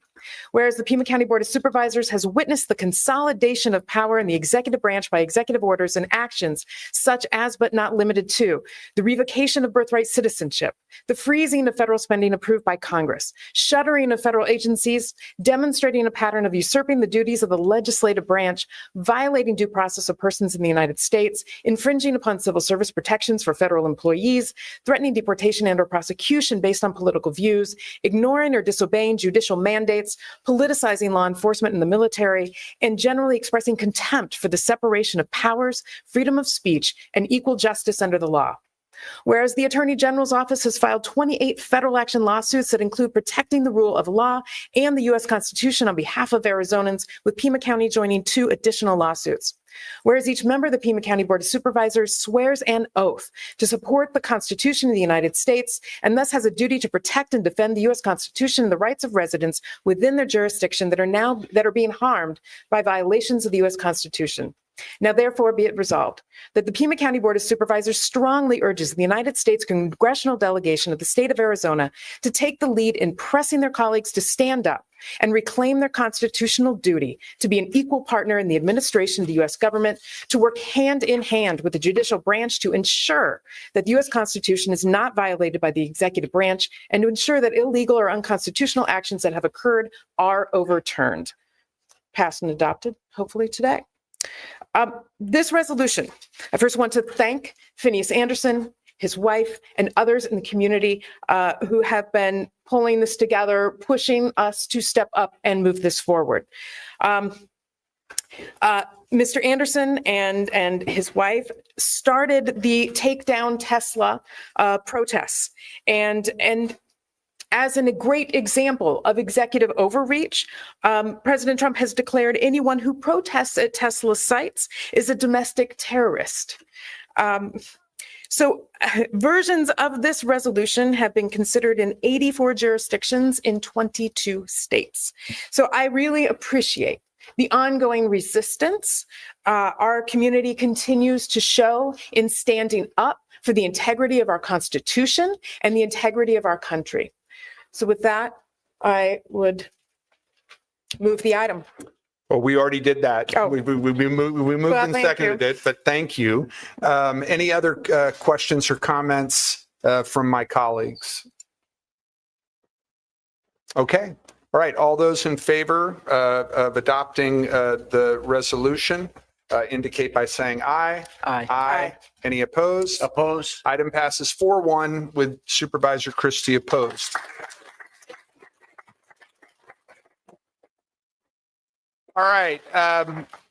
And we are going to return to call to the public, but if you signed up to speak to that agenda item, just know that it's been passed, and that might be something that you might want to take into consideration.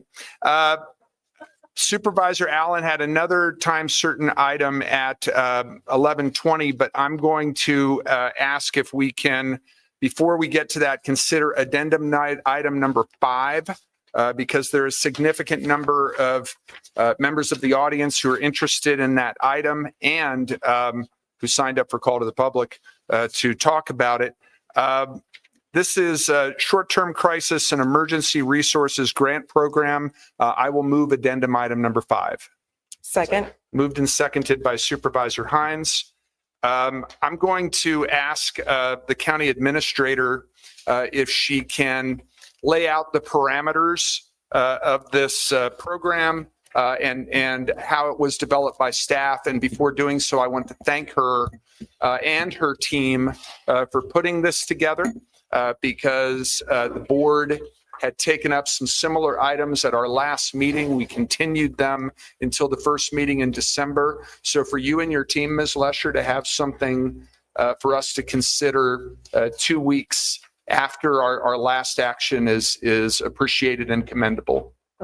Thank Mr. Chairman, members of the board, and I think what staff heard from all of you at the last meeting, as well as from the community, is that we needed a way to respond very quickly to some of the need within the community. While I think the government shutdown might have been something that caused us to recognize some urgency, I think the additional recognition is that there is always some emergent need in our community.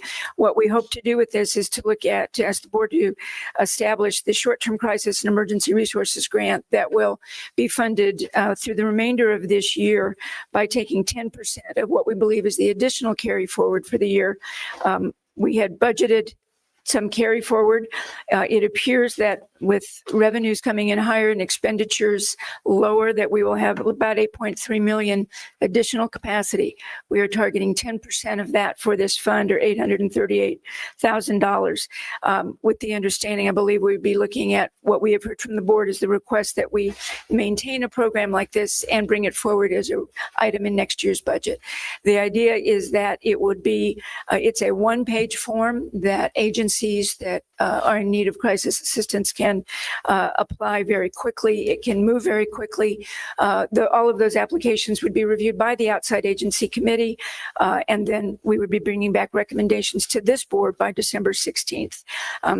There's 4 service categories that we're proposing at this point, with food assistance, housing and utility support, transportation, and medical expenses or related needs.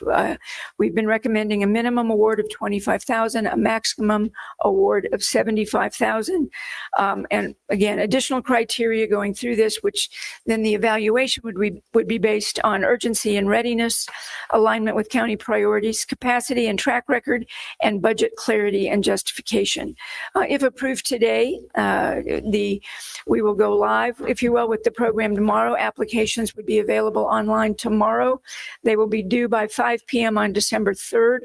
The outside agency Citizens Review Committee, which is comprised of representatives appointed by each of you, will review those, make recommendations, and we will be back to the board for consideration of those recommendations and the allocation of the funds on December 16th. And I will turn to the staff to see if there's additional. I'm getting a thumbs up, so that's it for now. Thank you. Ms. Lesher, thank you. Questions or comments from board members? Supervisor Cano. Thank you, Chair Scott.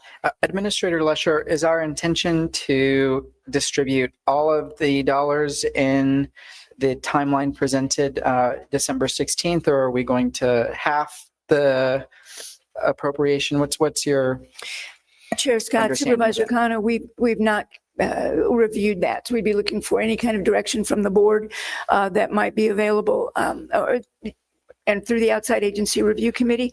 What they have done historically with some of the other funds available is hold back a little bit of money so that there are additional opportunities down the road. And what we'll do is meet with the commission, encourage you to have a conversation with your appointees as well, and see how we might want to allocate those funds. Thank you, Administrator Lesher.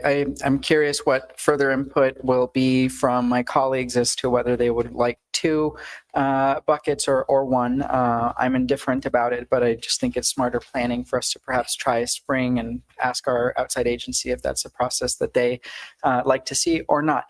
Most importantly, I wanted to thank my colleague from District 2, Supervisor Hines, for his initial proposal at our last meeting, getting us to this point today. We are, of course, responding to emergency needs in our community as a result of federal cuts, and without the leadership from District 2, this proposal might not have made it onto today's agenda. And so I want to say thank you. I look forward to our county resources being dispatched to the most critical lifelines of our community that need our investment. And I wholeheartedly endorse this proposal. I want to thank the county administrator and just say that this is exactly the kind of government that people believe and want at this moment right now, because this is what we're faced with lots of decisions and limited resources. So just want to say thanks. I look forward to supporting the item. Thank you, Supervisor Cano. Any other questions or comments? Supervisor Hines. Thank you, Chair Scott. I actually have a couple of questions for staff. I think the 10% number, was that just arbitrary, or was there a specific reasoning behind that? Because I was hoping maybe we could do a little more. Chair Scott and Supervisor Hines, we have been looking, as you know, conversing regularly with the board about what we think is going to be a difficult financial year. And while those were funds we had not anticipated moving into the budget, we felt that 10% was a very conservative estimate of what we could allocate for the fund at this time. If there may be one of the ways to address the question of funds now and funds for a second tranche or a second bucket might be to allocate another small amount of those dollars. Know that as we began to look at projections for next year, I think it's going to be another difficult year for the county and for the community. And we felt it wiser to be conservative and see that there might be funds down the road available. We can always come back and refill the bucket at any time from the board's direction. Okay, great. And then I believe the current process with regard to outside agency funding, every agency is allowed to apply for more than one specific program or project. And I think the language is a little unclear. I just want to, if we need to amend it, I would like to do so to make sure that it's not one entity or agency can only seek $75,000 maximum. That's it. Because just like with outside agency funding, you could have a food bank or whatever having 3, 4, 5, 6 different good programs, projects, and they should be able to apply for all those. They shouldn't be capped as an agency. I just wanted to clarify, was that the intent of the language, or should we amend this? And Chair Scott, thank you, Chair Scott and Supervisor Hines. The intent is to mirror that of the outside agency program, which is that the cap is by program, not by agency. So we can make sure that that's clarified here. There can be agencies, as you point out, that are large and have multiple programs. Great, good. And then lastly, Mr. Chair, and this actually might just be I think probably for my colleagues, but I would like to hear your thoughts on including as qualifying for funding programs that would help to provide legal services, low cost or no cost to individuals, or potentially subsidizing federal government application fees, or to make these categories allowable as long as those specific services would get a resident the ability to access food assistance, rental assistance, healthcare, et cetera. If my colleagues would consider making that amendment or opining, that would be great. Administrator Lesher, responding to Supervisor Hines's inquiry, as the program is set up, especially since it's set up for people who are agencies that are already receiving assistance and support through the county, through the Community and Workforce Development Department. Based on the inquiries from my colleague, would we be able to take that kind of action as the as the program's configured? Thank you, Chair Scott. There are organizations that provide those functions that are receiving funding now. I think we could easily add an additional bullet just to clarify the service categories. And if one is help us wordsmith from the dais, but an additional bullet that is to provide legal services and or any assistance required to ensure that people have ultimate access to food security issues, we can certainly either amend the food assistance to ensure that we've called that out and or add an additional bullet at however the board would like to move that forward. Mr. Brown, could we take Ms. Lesher's comment in response to Supervisor Hines' inquiry and would we need to do a formal amendment, or is that something that she's saying that that could just be clarified in the supporting materials to the item, or does this call for an amendment to the item? Chair Scott, I believe it could be amended here from the dais. Okay. Well, then I would, and the clerk is scribbling away, so I know she got that. I would make that amendment based on Ms. Lesher's suggestion. If you wanted to second that, Supervisor. Thank you. Okay. Mr. Chair. Supervisor Christie. Oh, wait, first we'd have to vote on the amendment. So discussion on the amendment. All those in favor of the amendment indicate by saying aye. Aye. Opposed? No. Okay, so it's amended 4-1 with Supervisor Christie opposed. Now we're back to the original item as amended. And thank you, Ms. Lesher. Supervisor Christie. We've talked a lot about services here for a lot of different people. Are property taxes going to be paying for this? Administrator Lesher. Chair Scott, Supervisor Christie, these would be allocated out of the general fund. Which So, is yes, sir. Property which tax. is property tax. Yes, sir. So property taxes will be paying for this. Yes, sir. Thank you. Any other questions or comments from board members? Supervisor Allen. I want to echo, I think, Supervisor Connell and Supervisor Hines, and thank Supervisor Hines for bringing this issue to the forefront at the last meeting. I thank the staff for moving very quickly in pulling together a process that attempts to make kind of a level playing field for nonprofits in the community to be able to provide for the urgent need that folks are facing. I think what we are seeing now is it is a food crisis, which will then be pushing people to make decisions around paying for food or paying for rent or a mortgage, which is then going to push us into the next layer of another eviction crisis and exacerbating our existing housing and affordable housing struggle that we are already struggling with on a day-to-day basis. And then we know on the horizon next year is a healthcare crisis with cuts to access in our state and making it more difficult for eligibility and folks to jump through hoops. So there is a series of just the erosions of the safety net will be unraveled through phase by phase in our community. So I appreciate that this first bucket is a 10%. And I hope that as we move forward, that we create additional buckets as the various needs and the layers of the net become unwoven.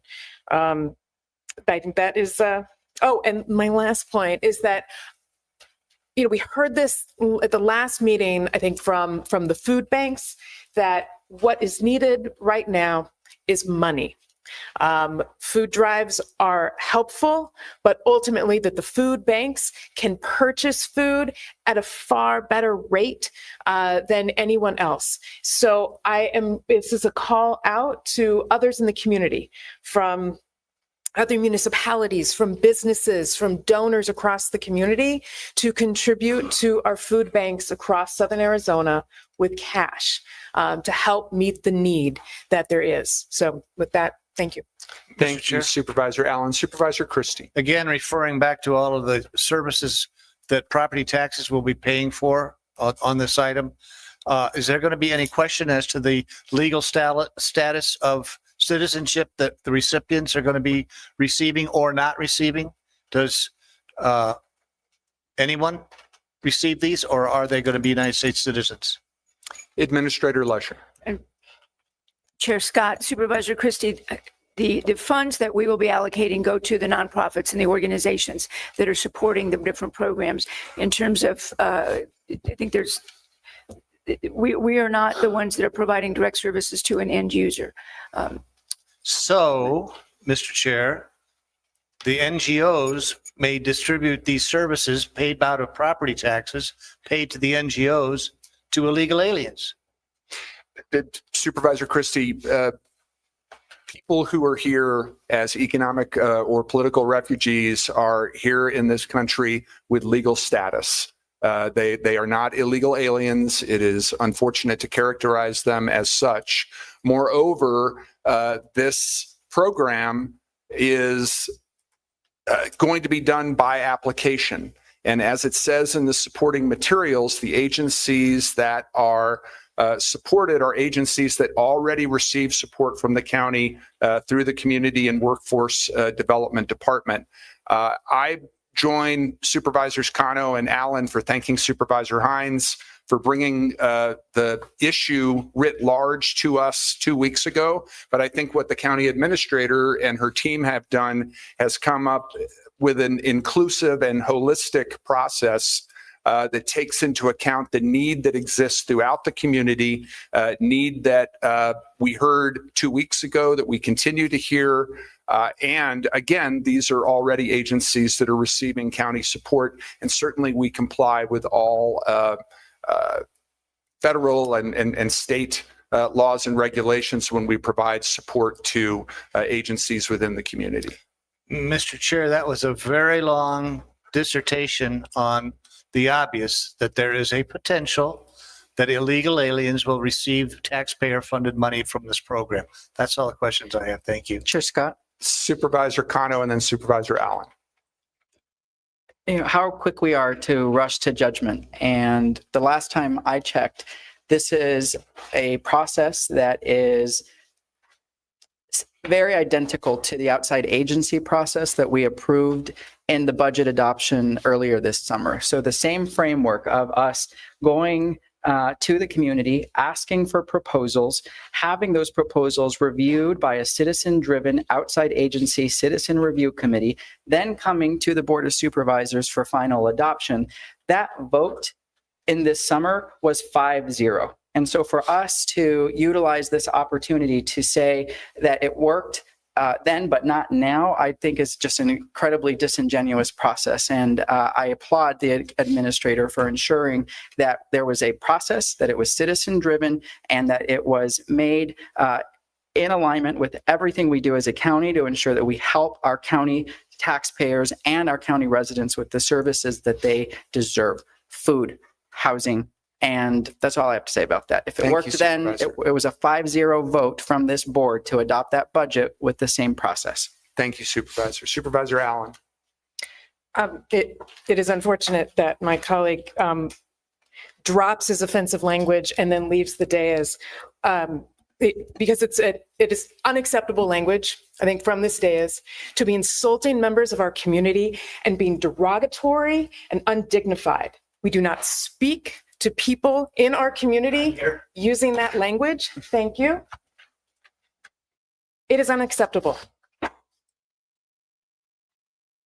Thank you, Supervisor Allen. Any other comments or discussion on this item? All those in favor of addendum item number 5 as amended indicate by saying aye. Aye. Opposed? Opposed. Item passes 4-1 with Supervisor Christie opposed.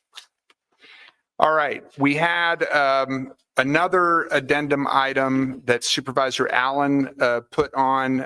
She had asked for a time certain of 11:20. I apologize, Supervisor, that we are 13 minutes late, but I'm going to turn it over to you. This is addendum item number 4. So addendum item 4 is, again, in response as a background, and we have 2 speakers for this item, one of whom is online, one of whom is present, or 2 of whom are present. but just as a little bit of context, as we have heard, SNAP is being gutted, right? It is one of the most important safety net programs that we have to ensure that families do not go hungry. The impact of the cuts to SNAP is far-reaching and puts hundreds, not thousands, at greater risk for food insecurity. This includes refugees, veterans, working families, and their children, young adults coming out of foster care, older adults. It will escalate as households have to choose, as we noted in the previous item, between going hungry and paying for the rent at a time that utility costs continue to rise. So it is our understanding, right, this is part of this rapidly changing landscape. The new eligibility requirements require people now to be eligible to demonstrate work, training, education for up to 80 hours a month. So to understand a little bit more about that, we've invited some experts here today to give us some context. Oh, okay. To give us some context of the scale and scope of the problem, because our task, as this item notes, is, I think, for the county to be able to identify ways in which we can utilize our departments, our programs, our services to ensure that people can meet the eligibility requirements and so that people do not fall through the cracks. The county is big, broad, and wide, reaching from Ajo to Arivaca, throughout the city of Tucson to Marana, and we do not want people to fall through the cracks for lack of eligibility, demonstrating work or volunteer, or not being able to fill out the new forms. So with that, I would like to invite our first speaker. Supervisor Allen, pardon me for interrupting. Yeah. The clerk just let me know that there's a speaker online who's unidentified. That might be your presenter, if you wanted to ask if that is her. Ms. Miranda, are you online?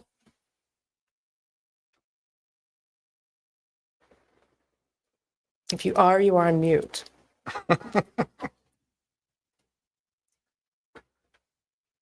Kate. Hi. Oh, hello. Hi, yes, this is Geraldine Miranda. I'm here online.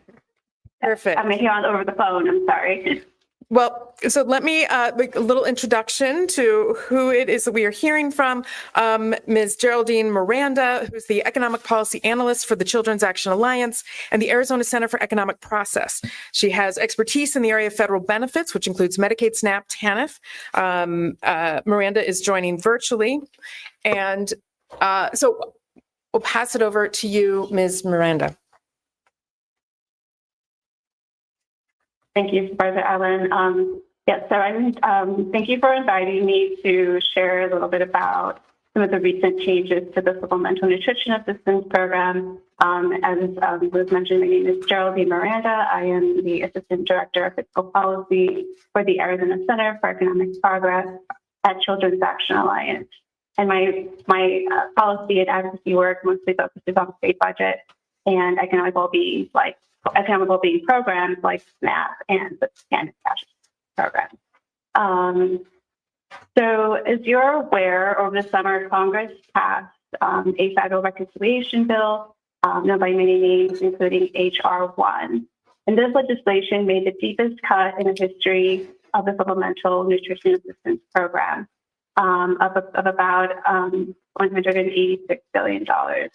So among the many changes that this legislation made to the SNAP program, there are two that I would like to talk to you about right now that are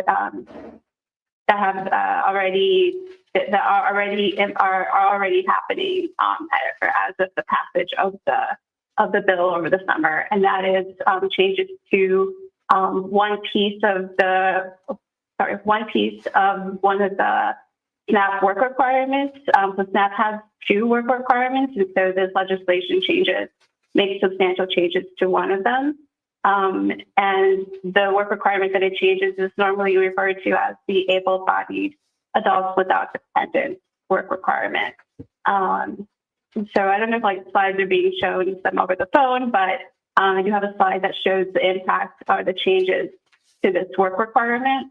And among those changes are that it expands the work requirement to now include older adults until they turn 65 years old. Prior to this, there was an age limit of 54. So it expands it now to those who are, between 54 and 65 are now included.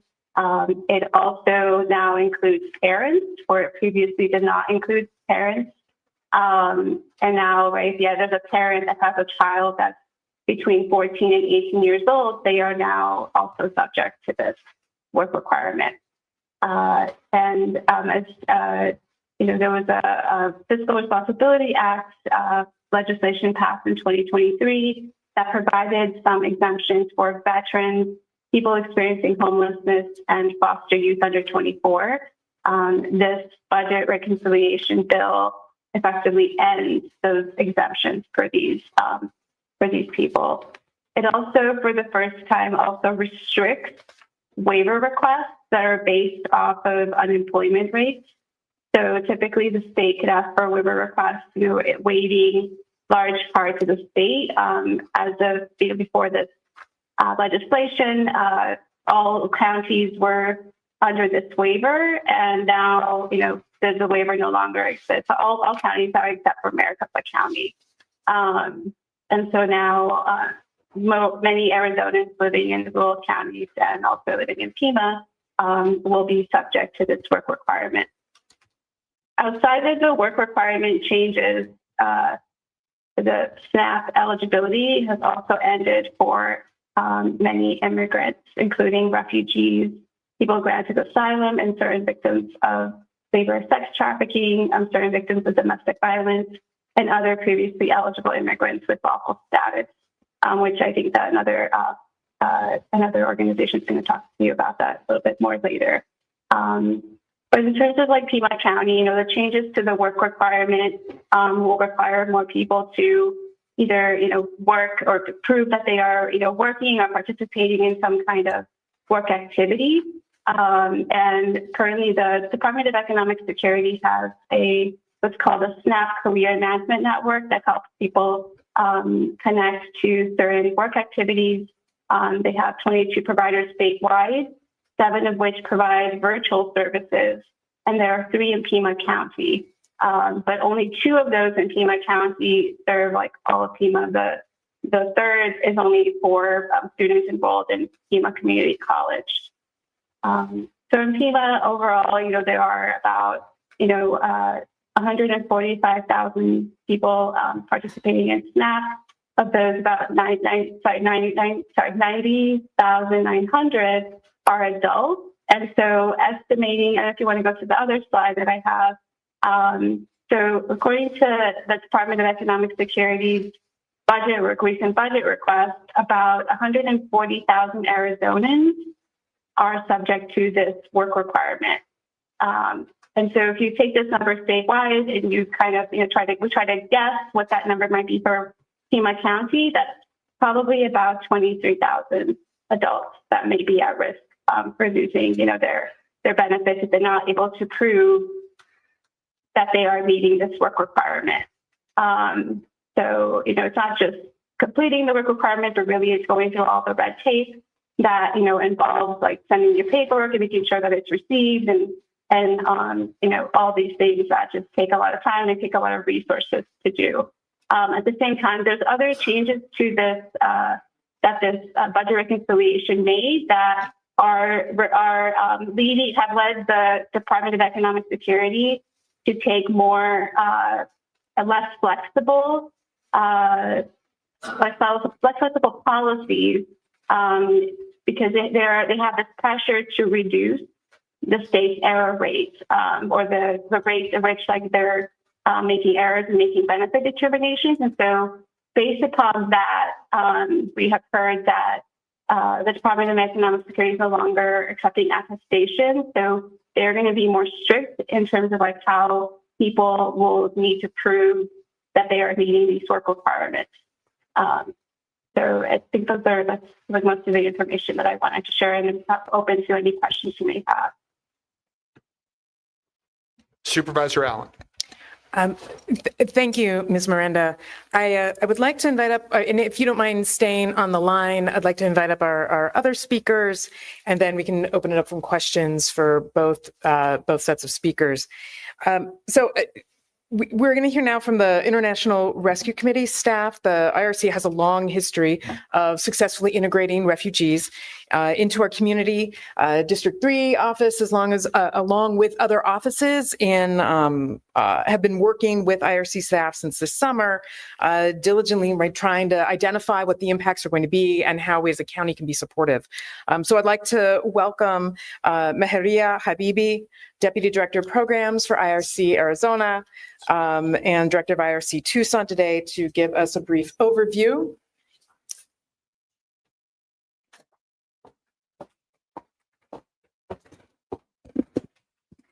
Hello, everyone. Thank you so much, Supervisor Allen, for the invitation to speak. Thank you so much to all of you for supporting our efforts. County Administrator Lesher, Chair Scott, and Board of Supervisors. Again, my name is Meheria Habibi. I am a former refugee that I was resettled and have proudly called Pima County and Tucson home for over 24 years. I actually live in Supervisor Christie's district. Refugees like myself are long-term residents, workers, parents, and future citizens of Pima County. We are Arizonans. For decades, refugees who fled war and persecution arrived here invited by the U.S. government with legal status, work authorization, and a clear path to stability. Legal permanent residence after they have been here for 1 year, and citizenship after they have been here for 5 years. Because early jobs are low wages, as you have heard from other speakers, and rent is high, SNAP is always been a crucial bridge, especially for large families where only 1 or 2 adults can work, and language remains a major barrier for them to pursue other careers, even though they might come with credentials. Before H.R. 1, otherwise known as One Big Beautiful Bill, refugees were eligible, as you heard from Miranda, for SNAP benefits. After H.R. 1, SNAP eligibility is now tied to the immigration status, meaning that for many of those individuals that live here in Pima County, I gave you some handouts that has some information. 4,200 individuals are going to lose eligibility based on the populations that we work with. And that includes refugees that have been admitted under the U.S. Refugee Admissions Program, asylees that have been granted asylum, survivors of human trafficking, special immigrant visa holders. These are individuals that have worked with the U.S. government overseas and supported them, and then Afghan and Ukrainian humanitarian parolees. As the federal government shutdown ends and most Arizonans see their SNAP eligibility reinstated, refugees and many of these other groups that you see on there are the only group that are going to be losing their benefits more on a long-term basis. And we are, in addition to the information that I gave you for the 4,200, we were trying to determine how many of these individuals are actually accessing SNAP benefits. So we started conducting a survey. In the last 2 weeks, we were able to reach over 1,100 individuals. And of those, we determined that 326 adults and 336 adults and 326 children were relying on SNAP benefits to supplement their income in addition to work and other sources.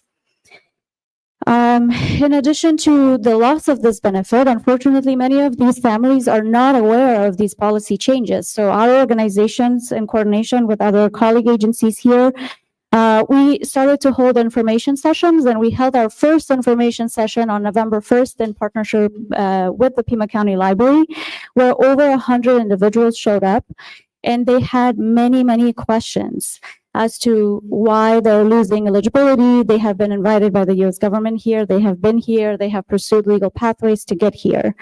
And after the government shutdown, when SNAP benefits were cut, we also held food distribution at our site where we served more than 273 families, and that was 1,414 individuals. So the need is really big. We really appreciate you for passing agenda item number 5. This is going to be immensely helpful, but we also ask that because these policies are changing on a monthly basis, and we're trying to catch up and stay on top of this.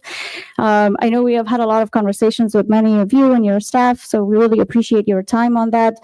But we would request the flexibility of these counties support, of this grant, because we as refugee serving organizations are facing a lot of demand with very limited capacity and reduced capacity right now because of federal policy changes. So your partnership would really allow us to pivot quickly as new policies emerge. So thank you so much for your support on that. Refugees in Pima County have survived war, supported U.S. military missions abroad, and are now working to rebuild their lives here. We have an urgent moment to protect their stability, and with your partnership, we would be able to do that. We really appreciate your time, and thank you so much for this. Now I would you like me to call the other speaker? Supervisor Allen. Thank you. Yeah, happy And to answer any questions too. Thank you. And do we also have Yeah, Mr. Zamani? Ms. Zamani? Yes.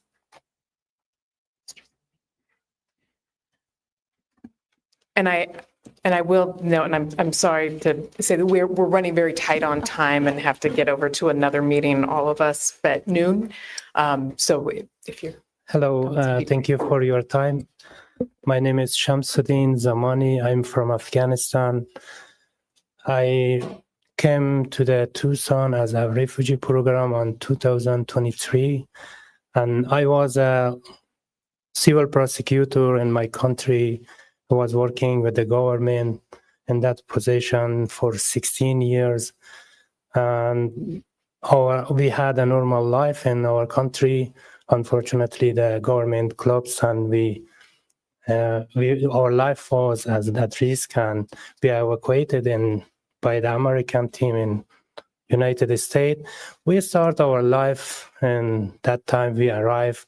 I have 4 kids and my wife. We are 6 people in our family, and I appreciate the supporting with the IRC, JFCS, and the other community organization. They help us, and we receive the EBT SNAP at that time, and that leads to have time to improve our language. I was not able to speak English at that time, and now I can speak English. And I am the only person working in my family, and I have to support 6 of us. I working 7 days per week and 14 hours every day, and it's hard for me, and it's hard to support my family. And thank you for passing that emergency program resources, and I appreciate your attention. I am working as a community ambassador in 29th Street Project Drive Zone, and I see a lot of family. They are in here, especially from Afghanistan. They have 4, 6, even 8 kids, and they are illiterate. And here is no opportunities, like a minimum wages too low. It's hard to support the family. Thanks, as a human, they need attention. Thanks for your attention. Thank you. Thank you. If you have any question. Thank you. Did you want to move the item, Supervisor? I would love to move the item. I would like to move that we direct the county administrator to identify opportunities for Pima County departments and programs, including out in rural areas of the county, to figure out ways in which we can creatively support the eligibility requirements now imposed for SNAP recipients. I'll second. Moved and seconded. Discussion. Supervisor Christie. Couple of questions. With all the asylum issues and the asylum activities that we were involved with, and it appears now that there's different gradations of asylum seekers, refugees, whatever, a whole list of them. It was my understanding in the early days of all the asylum seeking processes that those seeking asylum had to have sponsors. Do all the folks that are going to be involved in this program, do they have sponsors? My understanding from the presentation, Supervisor Christie, and this is also connected with the previous item, there's a distinction between people who are here on refugee status and people who are here as asylum seekers. People who are here on refugee status are here on fully legal status as either political or economic refugees. They're not required to have sponsors like asylum seekers are. So this will be going to refugees only. If you looked at the slide in terms of the SNAP recipients who are affected by the new eligibility requirements, that was my understanding. Supervisor Allen, am I leaving anything out? We focused and we included a presentation that gave us a window into the unique impact on the refugee community. But as Ms. Miranda outlined, it is a much broader stroke of our community that is impacted by these increased eligibility requirements on SNAP, ranging from veterans, working families with children, seniors, and others. So this specific item is to look at how we as a county can create opportunities to improve and expand eligibility opportunities for everyone impacted by this higher bar. Regardless of their immigration status? I'm just going to let that sit there. So this is intended to expand it out, the SNAP eligibility. If you do not have a legal status, there are requirements already in place. Okay. So didn't mean to, just asking a question. it's just the cumulative impact. Again, I was called on to ask a question. That's what I did. And I have a couple of more. Just to respond to your other one, these are folks who have been deemed eligible for federal benefits. There are new eligibility requirements. So these are folks who are already deemed eligible for benefits based on their status, but now they're dealing with new eligibility requirements. And these eligibility requirements, thank you, Mr. Chair, these eligibility requirements, we know what they are. We do. We know how to comply for the recipients to receive the benefits. We do, and the item that Supervisor Allen has put forth is asking the county administrator, when appropriate, to lend county support towards meeting those eligibility requirements, correct? So basically what we have before us is, in addition to the funding, is a request to assist those who are in this program or want to be in this program, to assist them in helping them find eligibility requirements.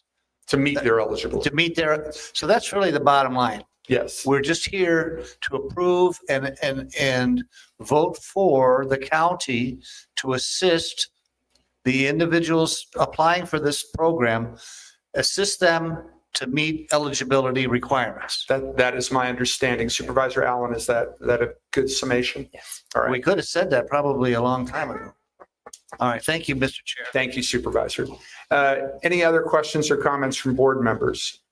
All those in favor of addendum item number 4 indicate by saying aye. Aye. Any opposed? Item passes unanimously.